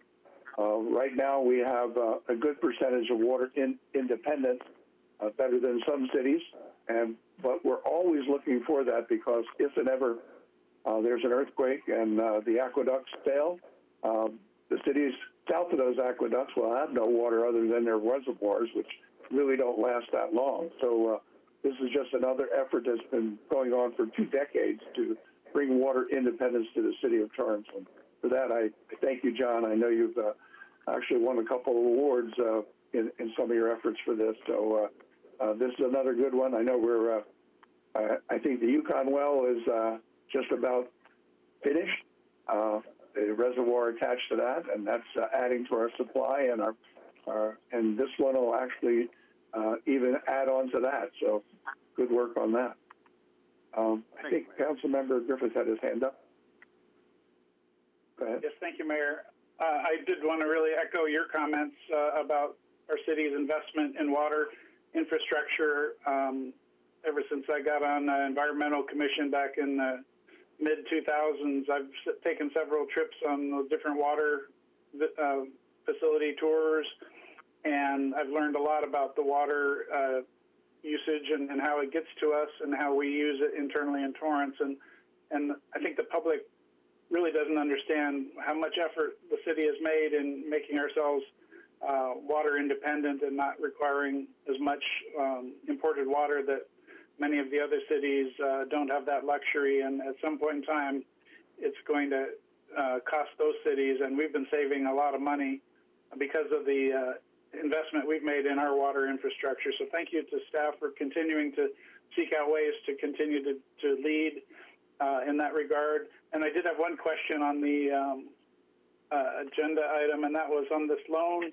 I wanted to just verify that the interest rate is, in fact, a fixed 1.4% interest rate and not a variable. That is correct. It's fixed at 1.4%. Great. Thank you so much. Great job. Thank you. And one of the other things, along with what Councilmember Griffith said, is our cost of our water to our consumers is 50% less than surrounding communities, except a couple members of our council who just happen to, in fact, I think 3 members of our council who just happen to live in outside of the Torrance Water District. So they pay a little bit more water for their water than we do. But the surrounding communities is the same way. And I know those council members would really like to imbibe in our water, but until the day we take over Cal Water, which Acre, they're just going to have to pay a little extra for their water. Anybody else? Seeing none, I'll take a motion to concur. Councilmember Griffin. Oh, I need a motion. First, I guess, to do a number and title. Can we have a number and title on this one? Yes, Your Honor. This is resolution number 2020-93, a resolution of the City Council of the City of Torrance, California, authorizing an installment sale agreement with the California State Water Resources Control Board in connection with the financing of a potable water well project and taking certain other actions relating thereto. And now I'll go ahead and concur with the staff. I'll now go ahead and concur with the staff recommendation and adopt resolution 2020-93. Councilmember Goodrich. Second. Roll call vote. Councilmember Ashcraft? Yes. Councilmember Chen? Yes. Councilmember Goodrich? Aye. Councilmember Griffiths? Yes. Councilmember Kalani? Yes. Councilmember Matucci? Yes. Mayor Fury? Yes. Your Honor, that motion carried unanimously. Thank you. We're now moving on to item 9B, and I believe that staff has a presentation on this item. It's from the city manager and finance to approve budget plan revisions for fiscal year 2021. Mayor, if I may interrupt very quickly, this is Katie Wand. I'm going to unlock the meeting again as we do have consultants calling in for the next couple items. Thank you. The meeting is now unlocked.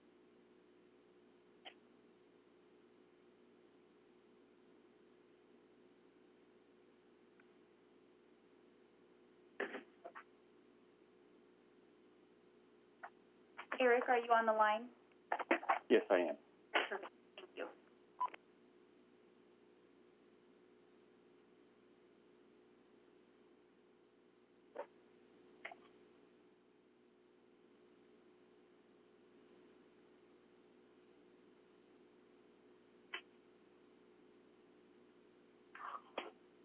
Katie, we can begin. Okay. I've already introduced it, Eric. Yes. So, this is Eric Chow with the city's finance department. I do have a presentation for you, and I'll wait for Katie to load it up. Thank you. Next slide, please. Next slide. So basically tonight is intended to provide an interim update to where we are on the 2021 fiscal year budget. I will go over basically where we are on the budget implementation items that the council approved back in June, continued impact of the COVID pandemic to our revenues, and then revised revenue projections for this current fiscal year and our 5-year forecast, and then finalize it with our budget plan and staff recommendation. Next slide. This slide you have seen before. This is basically what we used back in June, showing us the shortfall of our revenues or our balancing. We needed to balance roughly about $21.8 million, and it was split up into several different areas: revenue mitigations, and then our expense mitigations. And then we brought it back down to a balanced budget for this fiscal year. Next slide. So one of the things on that list was the issuance of lease revenue bonds, and those revenue bonds are basically it's also on tonight's agenda after this item, is basically primarily be used to buy down our unfunded actual liability with CalPERS. basically refinancing at a lower interest rate, from roughly about 7% down to under 4%. So that is in process, and tonight's agenda, you'll be asked to approve the preliminary official statement, which will be used to market the bonds to potential investors. Should you approve that tonight, then we would be in pricing the bonds probably early October and basically closing that deal by mid to end of October, and then using those monies to depositing them with CalPERS to buy down our unfunded liability. The other one was, the other issue was the enterprise fund franchise fees. When we assessed our 2% franchise fee for city-run utilities, and council adopted that at the last council meeting, 2% for the water, refuse, and sewer utilities that the city runs. In process is the AB 939 wastewater fees. At that time, we started looking to see if we can increase this fee, and we're in the process of looking to see how we can do that. And we will be back probably at the first quarter budget update with the status of this item. Next slide.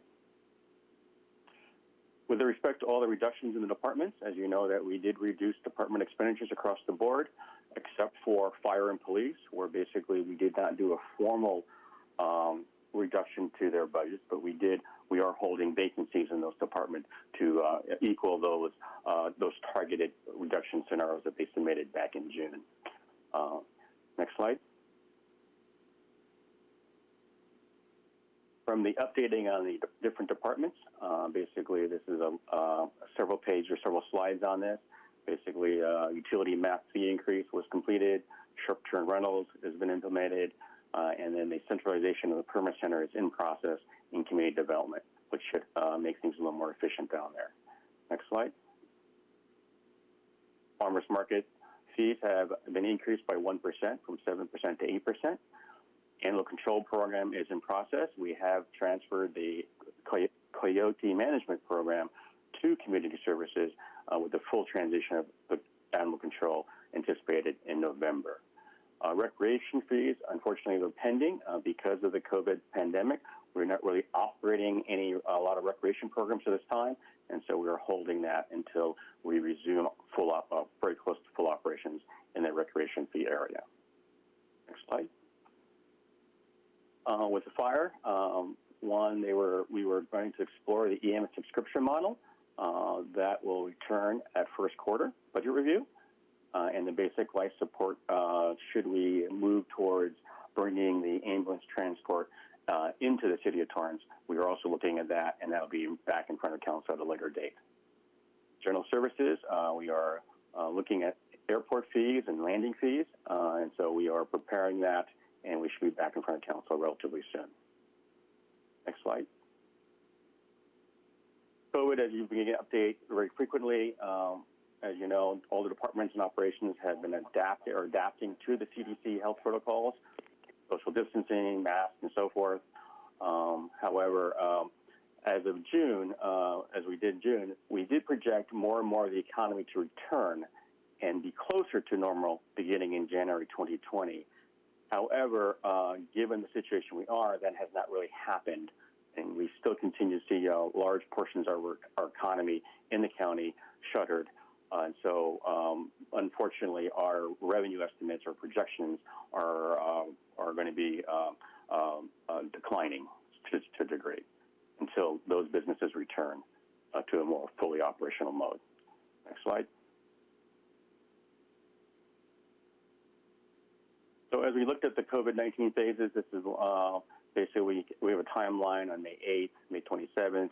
Just kind of shows how we've been transitioning through the COVID pandemic, what's been opening, what's not, and so forth. Next slide. And so we continue on July 1, indoor dining bars are shuttered, and then 7/13, some more information. Next slide. So at the end of the day, we're revising our projections, unfortunately, in mainly three areas. Sales tax down by $1.7 million, occupancy tax down by $1.4 million. No surprise here, as you know, still interior stores to the mall are not open, and Again, the travel industry has been hit quite hard, and so it's affecting our occupancy tax rates and so forth. And the other area we're seeing a decline in is our construction around town is going to be lower than most years. Next slide. We talked about sales tax. Again, no surprise there. Not all the stores are operating fully or completely, and so we are seeing a decline in revenues there. We will be seeing a decline in revenues there. We have not had much additional information in actual receipts from the state on our sales tax at this time. We do expect probably closer to October, November, we will get some final numbers for how the quarter has done, the previous quarter. We know occupancy tax rates are down. Prior to COVID, we were about 85% occupied in our hotels. We're down to 43% currently, which is above the 20% we were back in March, April. So it has improved a little bit, but not to where we were prior to the pandemic hitting us. And other areas that we're seeing a reduction in are construction tax and charges for service. Next slide. As we roll in the additional reduction in revenues to the 2021 year, and we roll that through our 5-year projection, revenue projection, and that's in front of you. So you can see that as we're at the deficit of $12.4 million, and as we expect the economy to return in 21-22 and continue to get better throughout the 5-year forecast, we actually see where the bottom line is, and so we actually do see it. We're coming above water back in that 5th year. We should see some one-time monies in the grant monies from the CARES Act. We will probably see about $1.2 million in this year. We saw about $600,000 for the 19-20 fiscal year. And there is, because we subsidize, the general fund subsidizes several of the programs at Recreation, Library, and the Cultural Arts Center, being shuttered actually saves the general fund money, I'm afraid to say. And so those savings for that fiscal year, because we are shuttered, will save about $1 million to the general fund. So basically bringing our shortfall of the $4.8 million down to around $2.5 million for this fiscal year. Next slide. And this goes into a little bit of the grant relief, as I mentioned slightly before. Our expenditures for the COVID is roughly about $2.7 million as of June.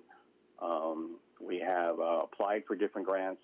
Like I said, we've been allocated $1.8 million for the CARES Act, where we have received about $600,000, which is being applied to the previous fiscal year, and we expect to see an additional $1.2 million this year, which we'll use to offset some of that shortfall I just showed you. And again, we are getting CARES Act money for transit, Section 8 housing, and somewhere in CDD. So we are getting some other funds that should help our other funds. Next slide. So one of the things is that since June, the revenue information that we received have not received a lot of new information because sales tax information won't, like I said, won't come until October. Property tax won't start coming in November, December. And also the big piece is we don't know where the reopening of LA County is going to be between now and first quarter. So we are basically waiting to return to you with a more comprehensive report for first quarter, and we should be back in front of you probably either late November, early December, with some really hard numbers that we can provide you with. But until then, I guess what we are suggesting to council is to continue to hold vacancies on the short term. Our current vacancy list amounts to about $12.5 million annualized, and includes, again, 21 sworn, 17 sworn positions, and then the miscellaneous. So we are recommending at this time to continue to hold positions in police and fire as up to the reduction scenarios they submitted back in June, and then holding additional miscellaneous positions on an as-needed basis unless they deemed essential, and that call will be done by the city manager. Next slide. So the slide for you says we show the $4.8 million additional shortfall in revenues. We are suggesting or recommending at this time another $2.5 million of freezing positions in the miscellaneous departments. We have some monies coming in from the CARES Act and then also the one-time savings from those for those funds that are highly subsidized by the general fund, and showing us that we balanced back, or we balanced that $4.8 million shortfall. Next slide. Again, this is that 5-year forecast. So you can see, like 3 forks down that slide, we see that safety reductions, the original target was $7.6 million. But as time goes on, as the economy returns, we see the reliance on those safety reductions are reduced each year until that 5th year out, where we actually show a small surplus of about $1.5 million given as our economy returns. So that part of the story is good news. Next slide, please. So basically, again, as COVID-19 continues, we're hoping that it comes more into control. More of the economy will open as time goes on. Sales will return. People start traveling again. People's lives in Torrance and around us will return more to normal than it has been the last 5 months. And then we are expecting to return back in to the council with the first quarter budget review, and like I said before, in November, December. Next slide. And again, it just shows basically we do expect, unfortunately, some stores are not going to return, and they will be completely closed, as well as some restaurants and so forth. Next slide. And so with that, the city manager and myself are recommending to bridge this shortfall, the $2.5 million or $4.8 million, by holding more vacancies and only filling those critical positions at the discretion of the city manager, and we'll return to council with basically a more comprehensive update for the first quarter in early December. With that, staff is available to answer any questions. Thank you, Mr. Sal. I appreciate all the hard effort that you put in for this one, and your team as well. Is there any questions from council? But everybody knows that we were briefed on this, so we knew what was coming down. So, Councilmember Griffith. Yeah, I'm sure that there's thank you, Mayor. I wanted to just say I'm sure there's a lot of people in the public that are concerned about our public safety, and they might be feeling like we've reduced the number of sworn officers that we have on the payroll. And I want to just have staff reinforce that we haven't let go of any police officers, and our staffing level is similar to what it may have been a year ago. If you could confirm that for me, I'd sure appreciate that. Yeah, basically, we have not, no layoffs have happened in the police department for sworn personnel. And also, normally we run a vacancy factor in the police department with several positions. So this basically really hasn't affected materially the delivery of service by the police department. And correct me if I'm wrong, but if a police officer retires even during this freeze period, we would have the ability to then replace that officer. It's just we can't recruit and hire any new officers, only replace those that we've lost after the freeze. Is that correct? That is essentially correct, yes. Yeah, and I think the reason that we've had such a shortage of actually sworn officers is because it's just been a very difficult process to find and recruit police officers. So we've notoriously for many years had a higher budgeted number of officers and a large amount of unfilled positions because we haven't been able to find the officers to fill those positions. So just wanted to reassure the public that we're not cutting back on our police force, and our public safety is still there for us. And I fully expect to see no reduction in service to our public through this. And as the economy improves, once we get out of this COVID-19 situation and things begin to open up and revenues come back in, then we will, no doubt, as I think Finance Director Sal mentioned, that we'll be able to then free up some of these frozen positions and start rehiring, especially in the most important areas. So I feel really good about this cuts. I mean, nobody likes to see any kind of cuts at all, but considering the damage that's been done to our income, I think what we've been able to do with these budget adjustments is a really prudent effort that continues to provide the services that our public expects. So thank you for all your efforts to make all these things happen. And thank you for bringing that up. I appreciate that. Anybody else?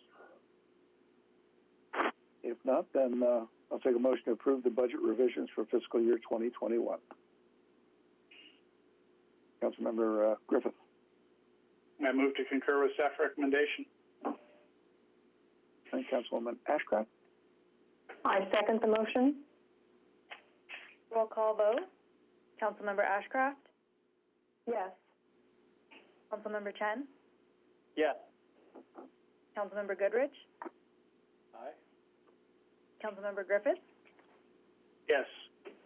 Councilmember Kalani? Yes. Councilmember Matucci? Yes. Mayor Fury? Yes. Your Honor, that motion carried unanimously. All right.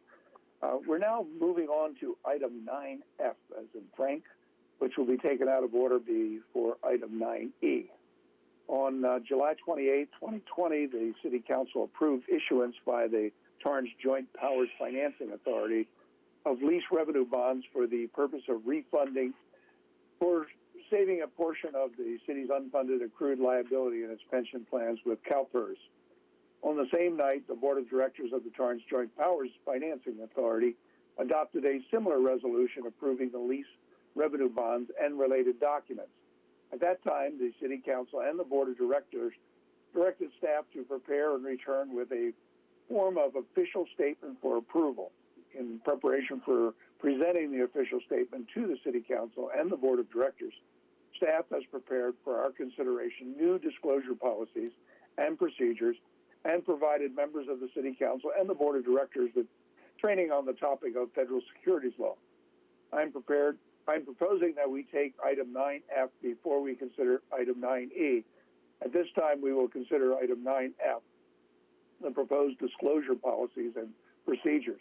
Does staff have a presentation? Your Honor, this is Eric Sagan. I do not have a formal presentation, just that the disclosure policies and procedures that we're asking the Council to adopt are intended to ensure that the city is in compliance with all applicable federal and state security laws. Absolutely. Are there any questions from the Council? If there is none, I'll take a motion to approve the new disclosure policies for the City of Torrance and the Torrance Joint Powers Financing Authority.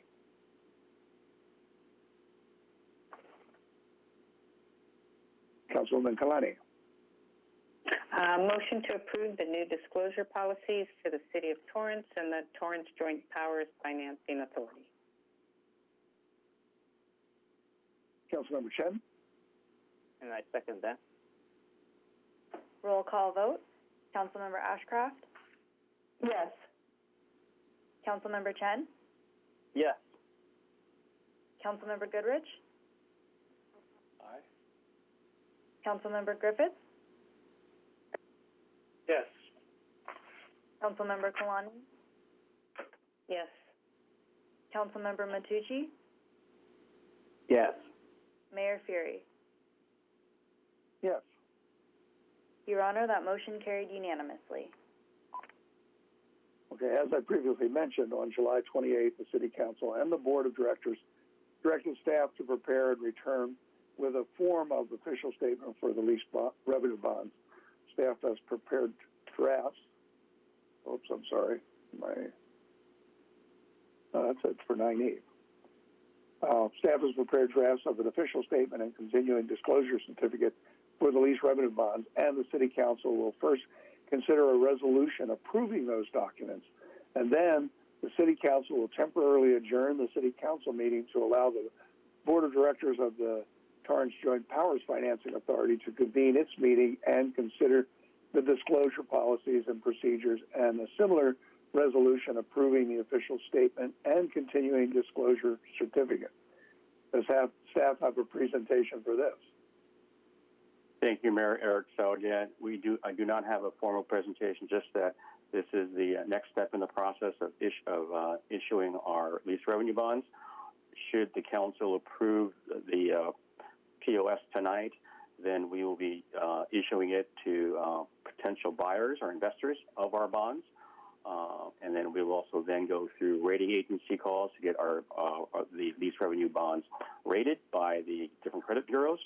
And then we go to pricing, and then hopefully, like I said before, then we would hopefully close in sometime mid-October, and then we'd have the funds by late October. Okay. Well, specifically, item 9E is to adopt a resolution approving the official statement and continuing disclosure certificate for the 2020 lease revenue bonds. And the recommendation of the finance director you just heard is to adopt a resolution approving the official statement and continuing. I will take a number and title in hopes that the resolution and the motion pass. Your Honor, this is resolution number 2020-94, a resolution of the City Council of the City of Torrance, California, approving the official statement and continuing disclosure certificate for the lease revenue bonds to be issued by the Torrance Joint Powers Financing Authority and directing certain related actions. Thank you. I'll take a motion to concur with staff recommendation and adopt the resolution. Councilmember Goodrich. Move to concur with the Finance Director recommendation and adopt Resolution 2020-94.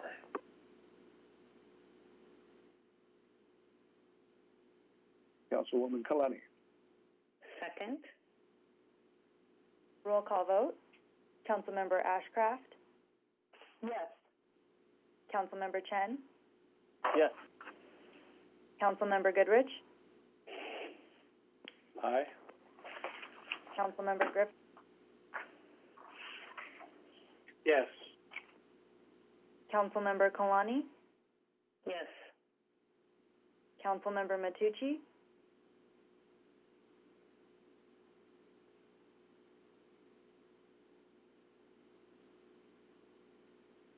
Councilmember Matucci? I believe he's having. I believe he's having a little technical difficulties. Yeah, I couldn't get off of mute. Sorry. My vote is yes. It happens. Okay. Mayor Fury? Yes. Your Honor, that motion carried unanimously. Thank you. We will now temporarily adjourn the City Council meeting and convene the meeting of the Torrance Joint Powers Financing Authority. The members of the City Council are also the members of the Board of Directors of the Torrance Joint Powers Financing Authority. May we have a roll call, please, of the authority? Yes, Your Honor. Member Ashcraft? Here. Member Chen? Present. Member Goodrich? Here. Member Griffith? Here. Member Kalani? Present. Member Matucci? Here. Chair Fury? Here.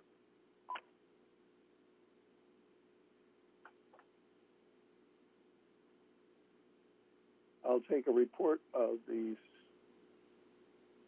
Deputy Secretary Pena on the posting of the agenda. Your Honor, this agenda was posted Thursday, August 27th, 2020. Thank you. I'll take a motion to approve the minutes of July 28, 2020. Councilwoman Ashcraft? Motion to approve the minutes of July 28, 2020. Councilmember Griffith? I second that. Roll call vote. Member Ashcraft? Yes. Member Chen? Yes. Member Goodrich? Aye. Member Griffith? Yes. Member Kalani? Yes.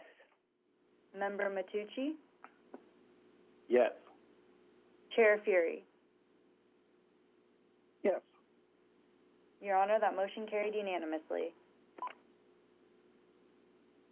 Okay, we'll now move on to item 9, oral communications. To this part of the agenda, oral communications during the item 9 are limited to the Joint Powers Finance Authority. Agenda items 4A and 4B. Additionally, the public can make general comments on any matter within the Joint Powers Financing Authority's subject matter jurisdiction. Any member of the public making comments that are not related to agenda items 4A and 4B or within the subject matter jurisdiction of the Joint Powers Financing Authority will be disconnected. Is there anyone on our call center? Yes, Mayor, we have one caller on the line. Okay. And you are now unmuted. Your 2 minutes start now. Hi, this is Andy Burchuk again. I'm very, very interested. How come the people did not get a presentation on this item for the big shot, Mr. Financial Officer? And I'm very, very disappointed that you guys don't know you're taking out a loan, but you have to pay what you don't have the money for. That's why they call the bonds. The city doesn't have an income. The city was already in deep financial troubles, but you are always denying. You can't pay your pension plans, and then you go out, switch out all this BS, and then you get a loan without even telling the people. And then a month ago it was $300 or $350 million. Now it's $400 million, and Mr. Saw for $200,000 or $300,000 plus a year, and health benefits and all that crap, cannot even do a presentation on this item. The city is sinking, and you're going out and getting a loan that you cannot pay back. You don't have income. You don't have income, dummies, and you cannot pay the people's pension. Wake up, people. You're going deeper and deeper. No wonder Sao is quitting. No wonder Mr. Jackson is quitting. You are in the deep, deep pile of poop.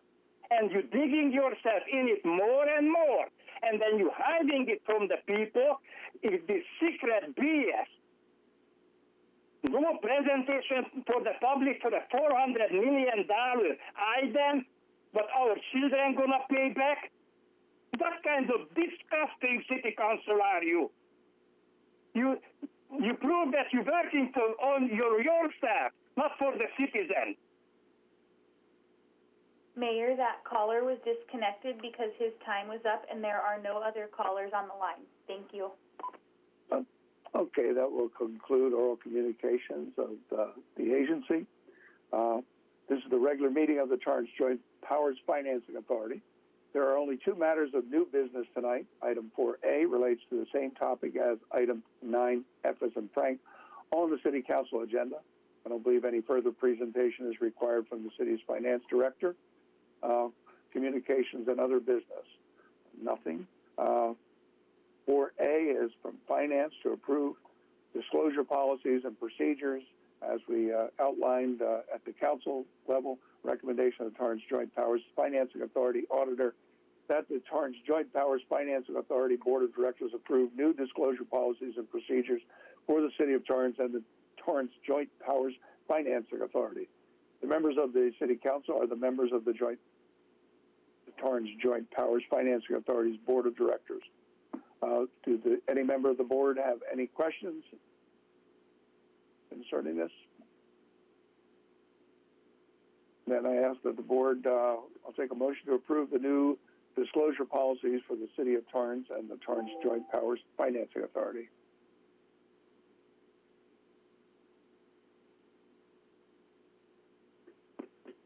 Councilwoman Kalani. Thank you, Mayor. Motion to approve the new disclosure policies for the City of Torrance and the Torrance Joint Powers Financing Authority.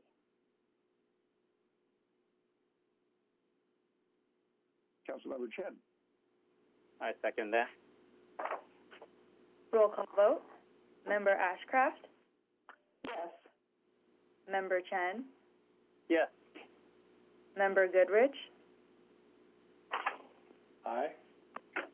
Member Griffiths? Yes. Member Kalani? Yes. Member Matucci? Yes. Chair Fury? Yes. Your Honor, that motion carried unanimously. Thank you. Now, item 4B relates to the same topic as item 9E as in Edward on the City Council agenda. I don't know that any further presentation is required from the city's finance director unless someone wants. It's to adopt a resolution approving the official statement for lease revenue bonds. Does the board have any questions and/or comments? I see none, so I'll take a motion so I need a number and title on this first before we take a motion. May we have one? Yes, Your Honor. This is resolution number JPFA 2020-02, a resolution of the Torrance Joint Powers Financing Authority approving the official statement for lease revenue bonds and authorizing other related actions.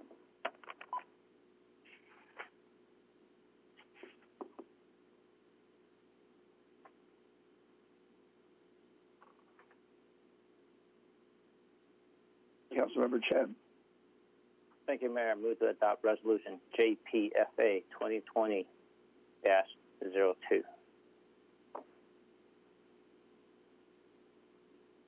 Councilwoman Kalani.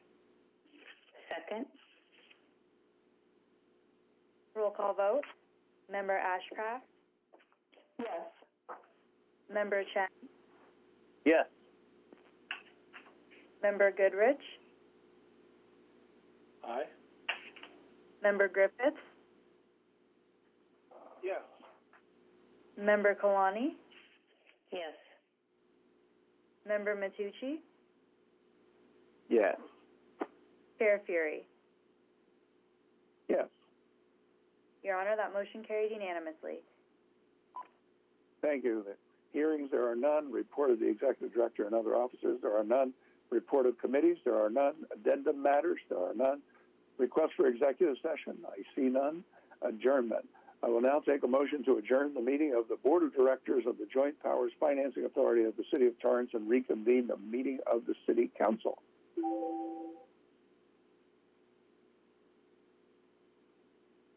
Councilmember Griffith? Yeah, I move to adjourn the meeting of the Board of Directors of the Joint Powers Financing Authority of the City of Torrance and reconvene the meeting of the City Council. Councilmember Goodrich. Councilmember Goodrich. Roll call vote. Member Ashcraft? Yes. Member Chen? Yes. Member Goodrich? Aye. Member Griffiths? Yes. Member Kalani? Yes. Member Matucci? Yes. Chair Fury? Yes. Your Honor, that motion carried unanimously.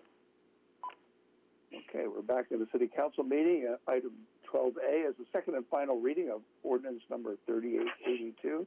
May we have a number and title, please? Yes, Your Honor. This is ordinance number 3382, an ordinance of the City Council of the City of Torrance, California, amending Chapter 2 of Division 9 of the Torrance Municipal Code by adding Article 44 to prohibit shared mobility devices from being placed in any public right-of-way or on public property or offered for use in the City of Torrance.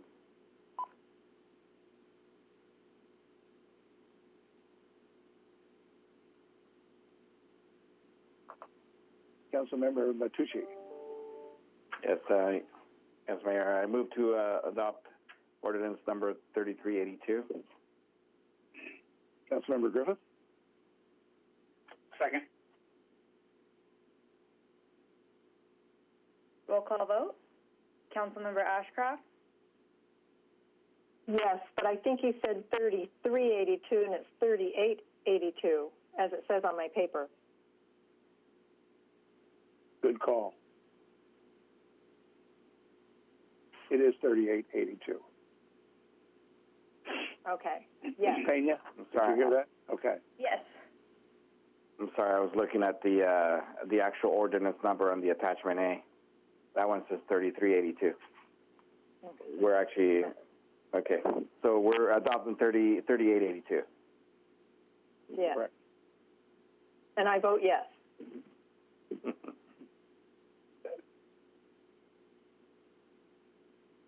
Okay.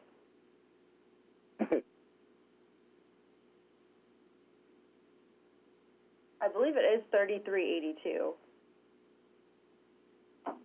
Okay, my paper says 3882. Attachment A The actual says 3382. The actual ordinance says 3382. The agendas all say 3882. Can we get a clarification? Yeah, give me 1 second. I'll pull up our ordinance list. I believe it's 38.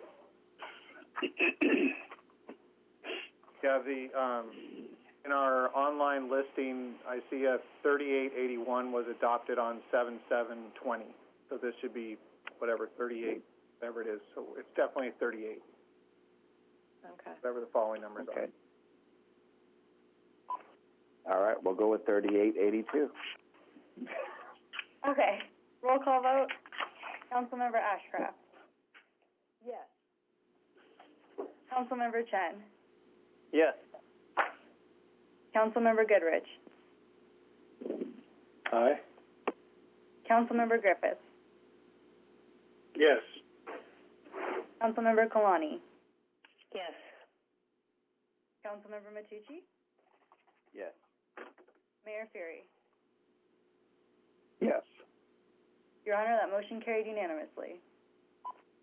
And I would like to explain my vote on that. So I voted no for the original ordinance. I would like to show my agreement with the body of the council to voting yes on that. We move on. Wow. Let me see. I guess that is it. Takes us to City Council oral communications. And before we get started, I want to let everybody know, in case they don't know, that a member of our council is celebrating a birthday today, Councilwoman Ashcraft, I believe. Councilmember Chen, your turn. Thank you, Mayor. With that in mind, I'm going to wish Councilmember Ashcraft the most happy and blessed birthday. And to the community, I think there are a lot of things been said in the last year and a half, up to even last week. I just want to continue to share with you and encourage you to always look for the facts and make your own assessment on how each of us are deliberating based on the facts given to us. And I assure you that you should not have any issue of concern with the upcoming election on where and how you can vote. The mailman always delivers. Thank you.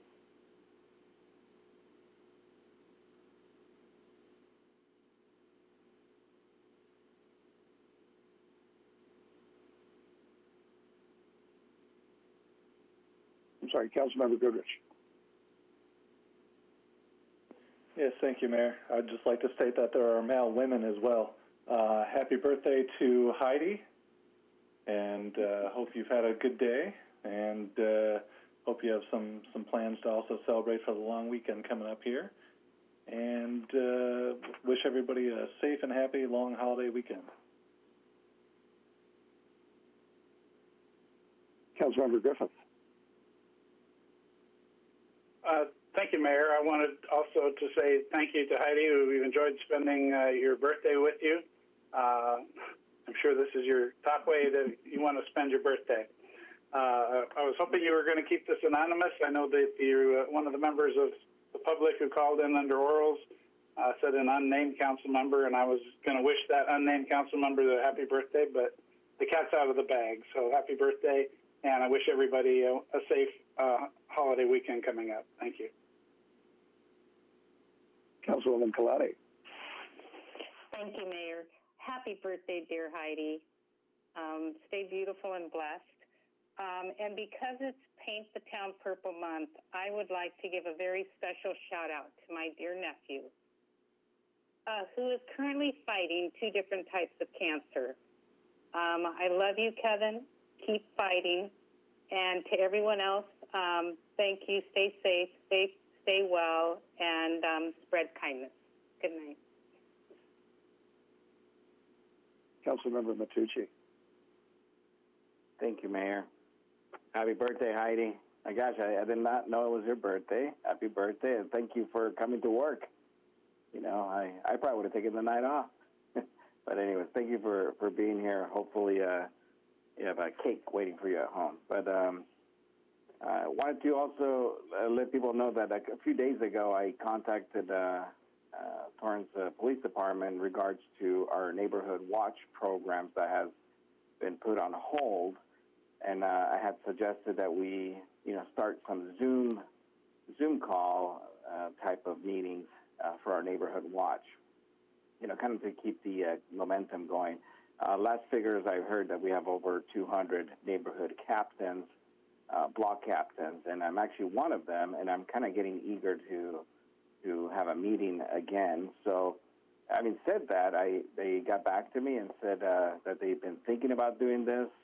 And guess what? I think I'm going to be the first neighborhood watch Zoom meeting that's being organized. So hopefully we can get some people to chime in and see what's going on with our neighborhoods. And, that this may be the way we have to do this for a few more months. We'll see. But nonetheless, I think that program it's an excellent program. It's a great way to also get to know your neighbors, which is very important when you're trying to protect the neighborhood, as to know who lives there and who doesn't, and how to contact them in case there's a problem. So if you want to get involved with that, I think you can actually go to our city website. There's great links and information pages on there. Just search for City of Torrance Neighborhood Watch Program on Google, and it'll take you right to the page. And last but not least, I'd like to see if I can get concurrence from our city council to bring back an item to discuss our public oral communications. I think between the equipment that we have, the issues that we have with getting bombarded with Black Lives Matter people, they have the right to do that. I mean, I'm not complaining about that. It just leaves very little time and to talk about the rest of the agenda items. If we can bring it back as a discussion item to see whether we can get some new equipment to better, I guess, process the calls. I had one person in particular. She sent me a screenshot of her phone. She called 72 times in a row to try to get in within a 30-minute period, and she was not able to get in.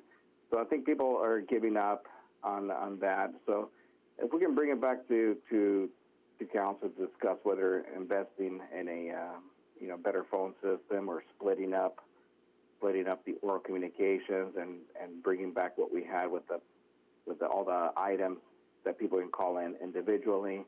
That's all something that I guess we can all discuss. So seek concurrence on that if you guys are okay with that.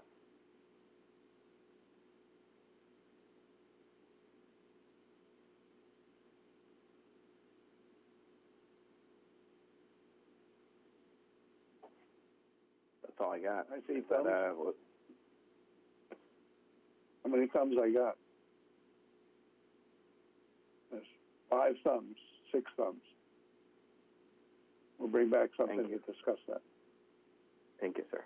Have a good night. Good night, everyone. And next would be the birthday celebrant. Thank you, and thank you, fellow colleagues. I couldn't think of a better way to spend my birthday night. It was supposed to be a secret, but the secret got out. That caller was my neighbor. I recognized his voice right away. So thank you very much. I want to encourage everybody to pay attention to Relay for Life that this is an important month, and cancer, I know, has touched everyone.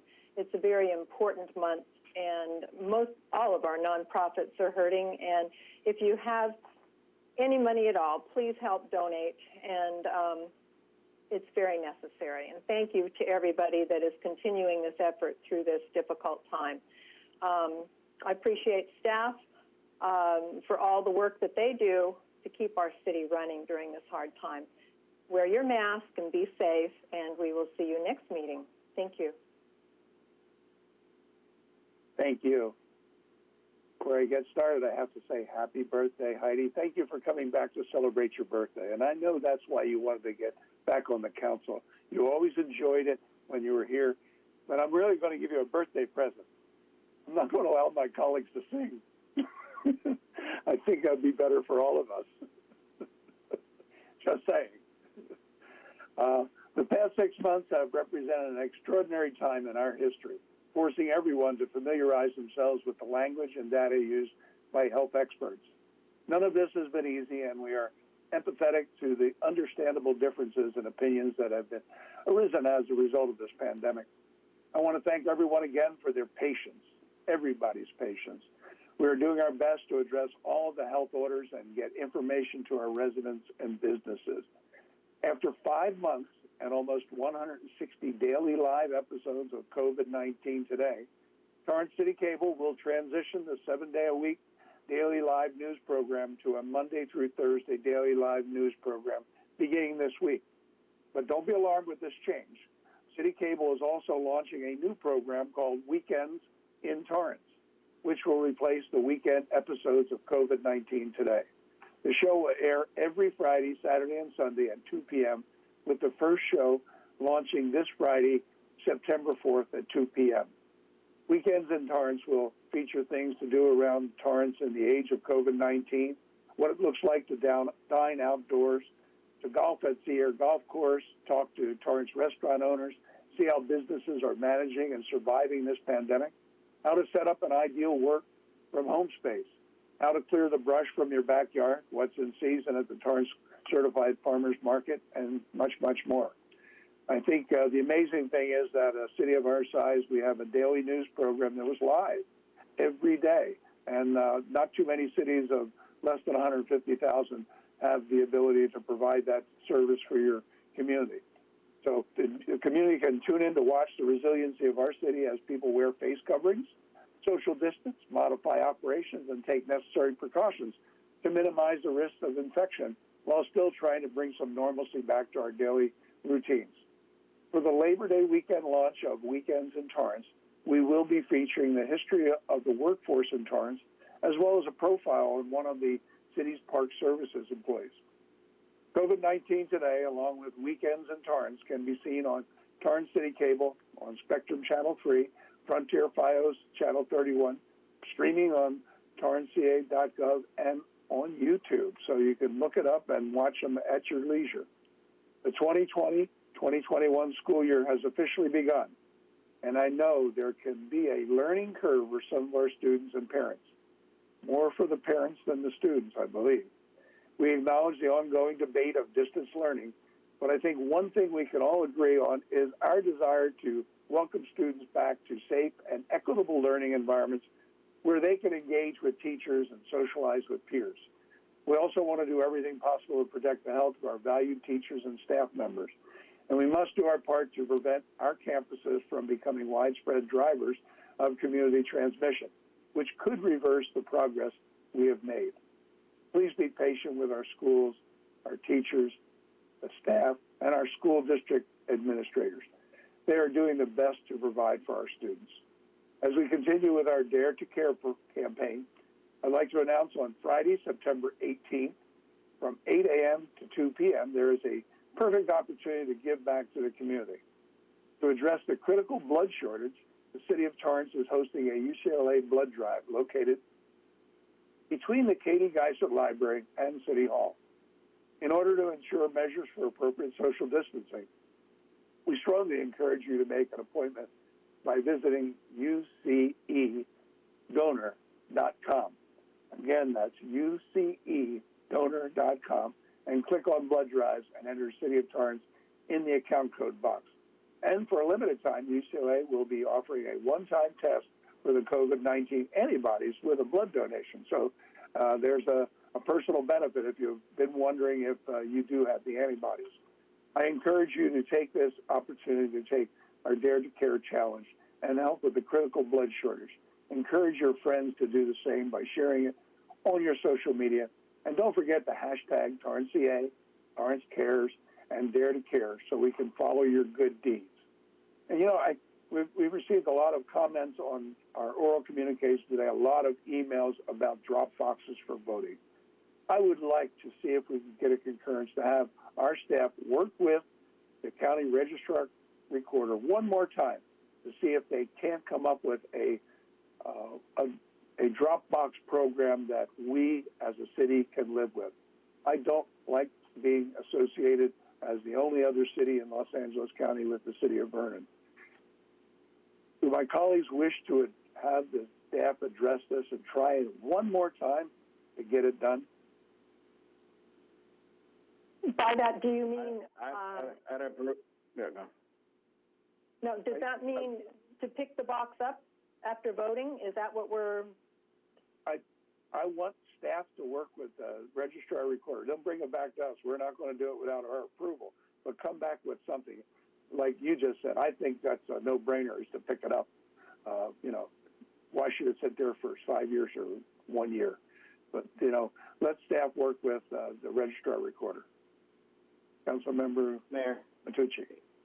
Yeah, Mayor. I mean, I remember this discussion. I mean, I had said that me personally, had said I was okay with it if it was going to be picked up after the election, and I believe you also mentioned it as well. Wasn't the county adamant about not picking it up after the election? Because I mean, that was one of the biggest issues. Let's have staff reach out to them and see if they're adamant. What do you say? Okay, let's talk. Yeah, let's do it. Let's talk. Okay, if we're going to do that, I want to make sure. Yeah, Mayor, I want to make sure that if this comes back, well, that we also are approving regular drop-off boxes, that we do have ballot boxes as we have before. I want to make sure that that's an item that is approved. I thought that was part of last week's motion. It was not, and that's what I believe our city attorney told me. And I thought that we were voting to have regular drop-off boxes like we always have. But I understand, I don't remember, even being on council before, ever voting for all the regular drop boxes we'd had before that are staffed. And I was told that it needed to be voted for. But I don't remember ever voting for that before because we've always had it in Torrance. So maybe that clarification also needs to be made. Are we all good? This is Patrick Sullivan, the city attorney. Yes, sir. I know there was a lot of confusion last week and a lot of discussion, but the clarification is the council voted for option 3, which was the vote-by-mail drop boxes that Councilwoman Ashcraft is referring to that are staffed. So those are the ones like in the city clerk's office and the library. The city council did not do option 1 or option 2. Option 1 was the vote-by-mail drop box, which were just being discussed by the mayor and council doing concurrence. And council also did not address the vote centers that we did in the last election with their new voting machines. So the council last week only voted to allow the staffed vote-by-mail drop boxes. They took no action on the large drop boxes, and they took no action on the new vote centers that we did at the last election. Okay. But Mayor? This is orals, guys. This is orals. We're not supposed to be. No, I know. But you're asking for concurrence. We're going to bring it back for discussion. Yeah. No, I get it. What do we want to concur with? Yeah. Let's bring it back about the drop boxes. And I think the vote centers, my knowledge was they were not in city properties. They were in school district properties. So that's not our bailiwick. It's not our jurisdiction. Nothing for us to approve there. Actually, so no. I think all the voting centers. I'm sorry? Actually, last time, Mayor, I believe there were 5 or 6 locations that were actually city property. I remember we had Walteria, El Retiro, I think Ken Miller.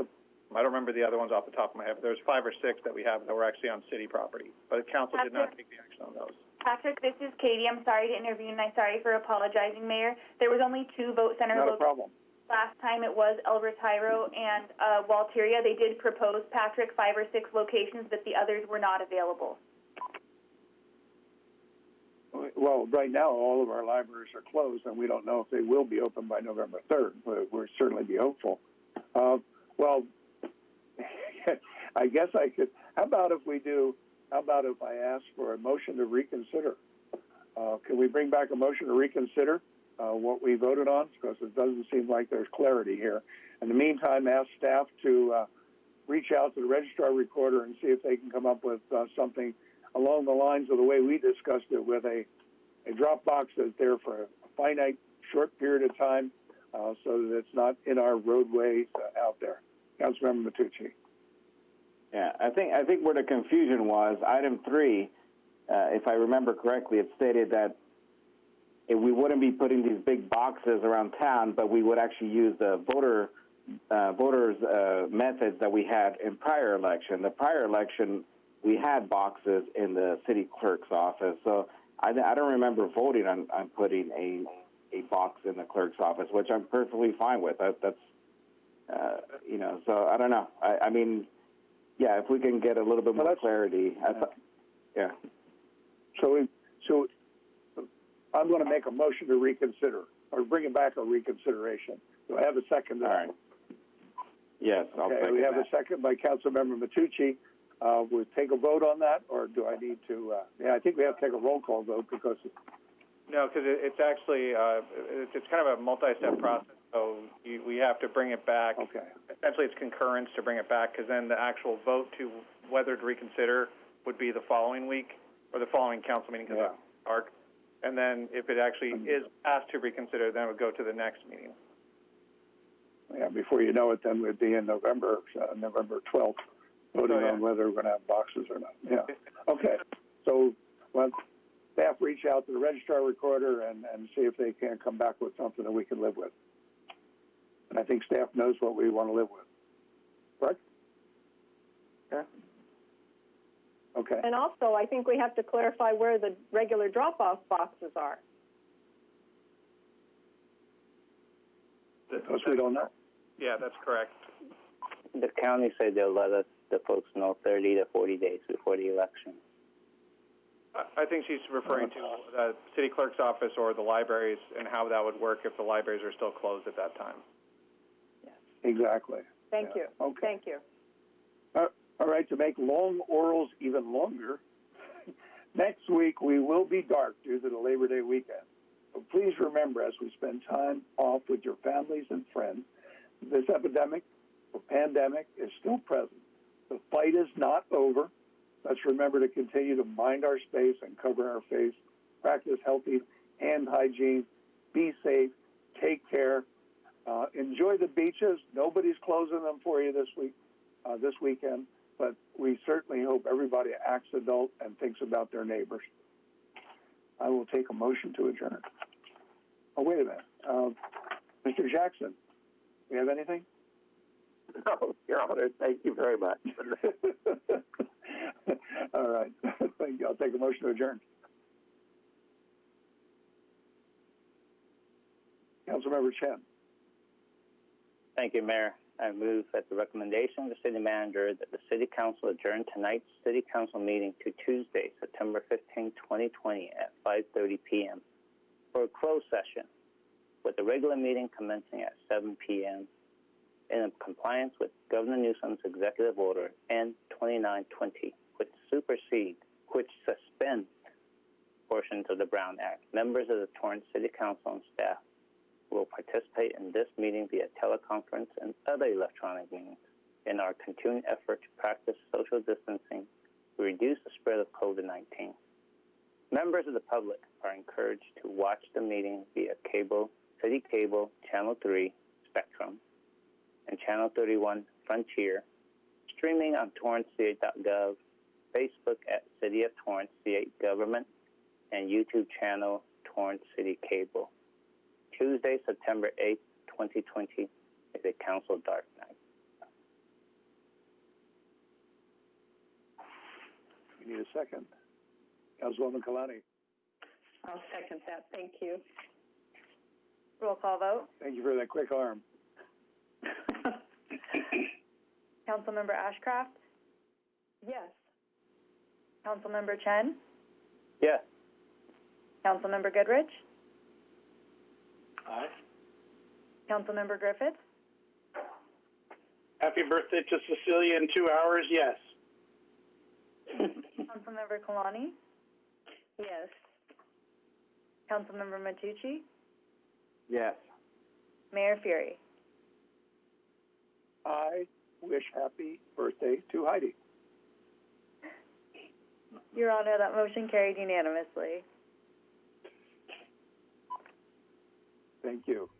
Good night, everybody. We'll see you in 2 weeks. Enjoy your Labor Day weekend.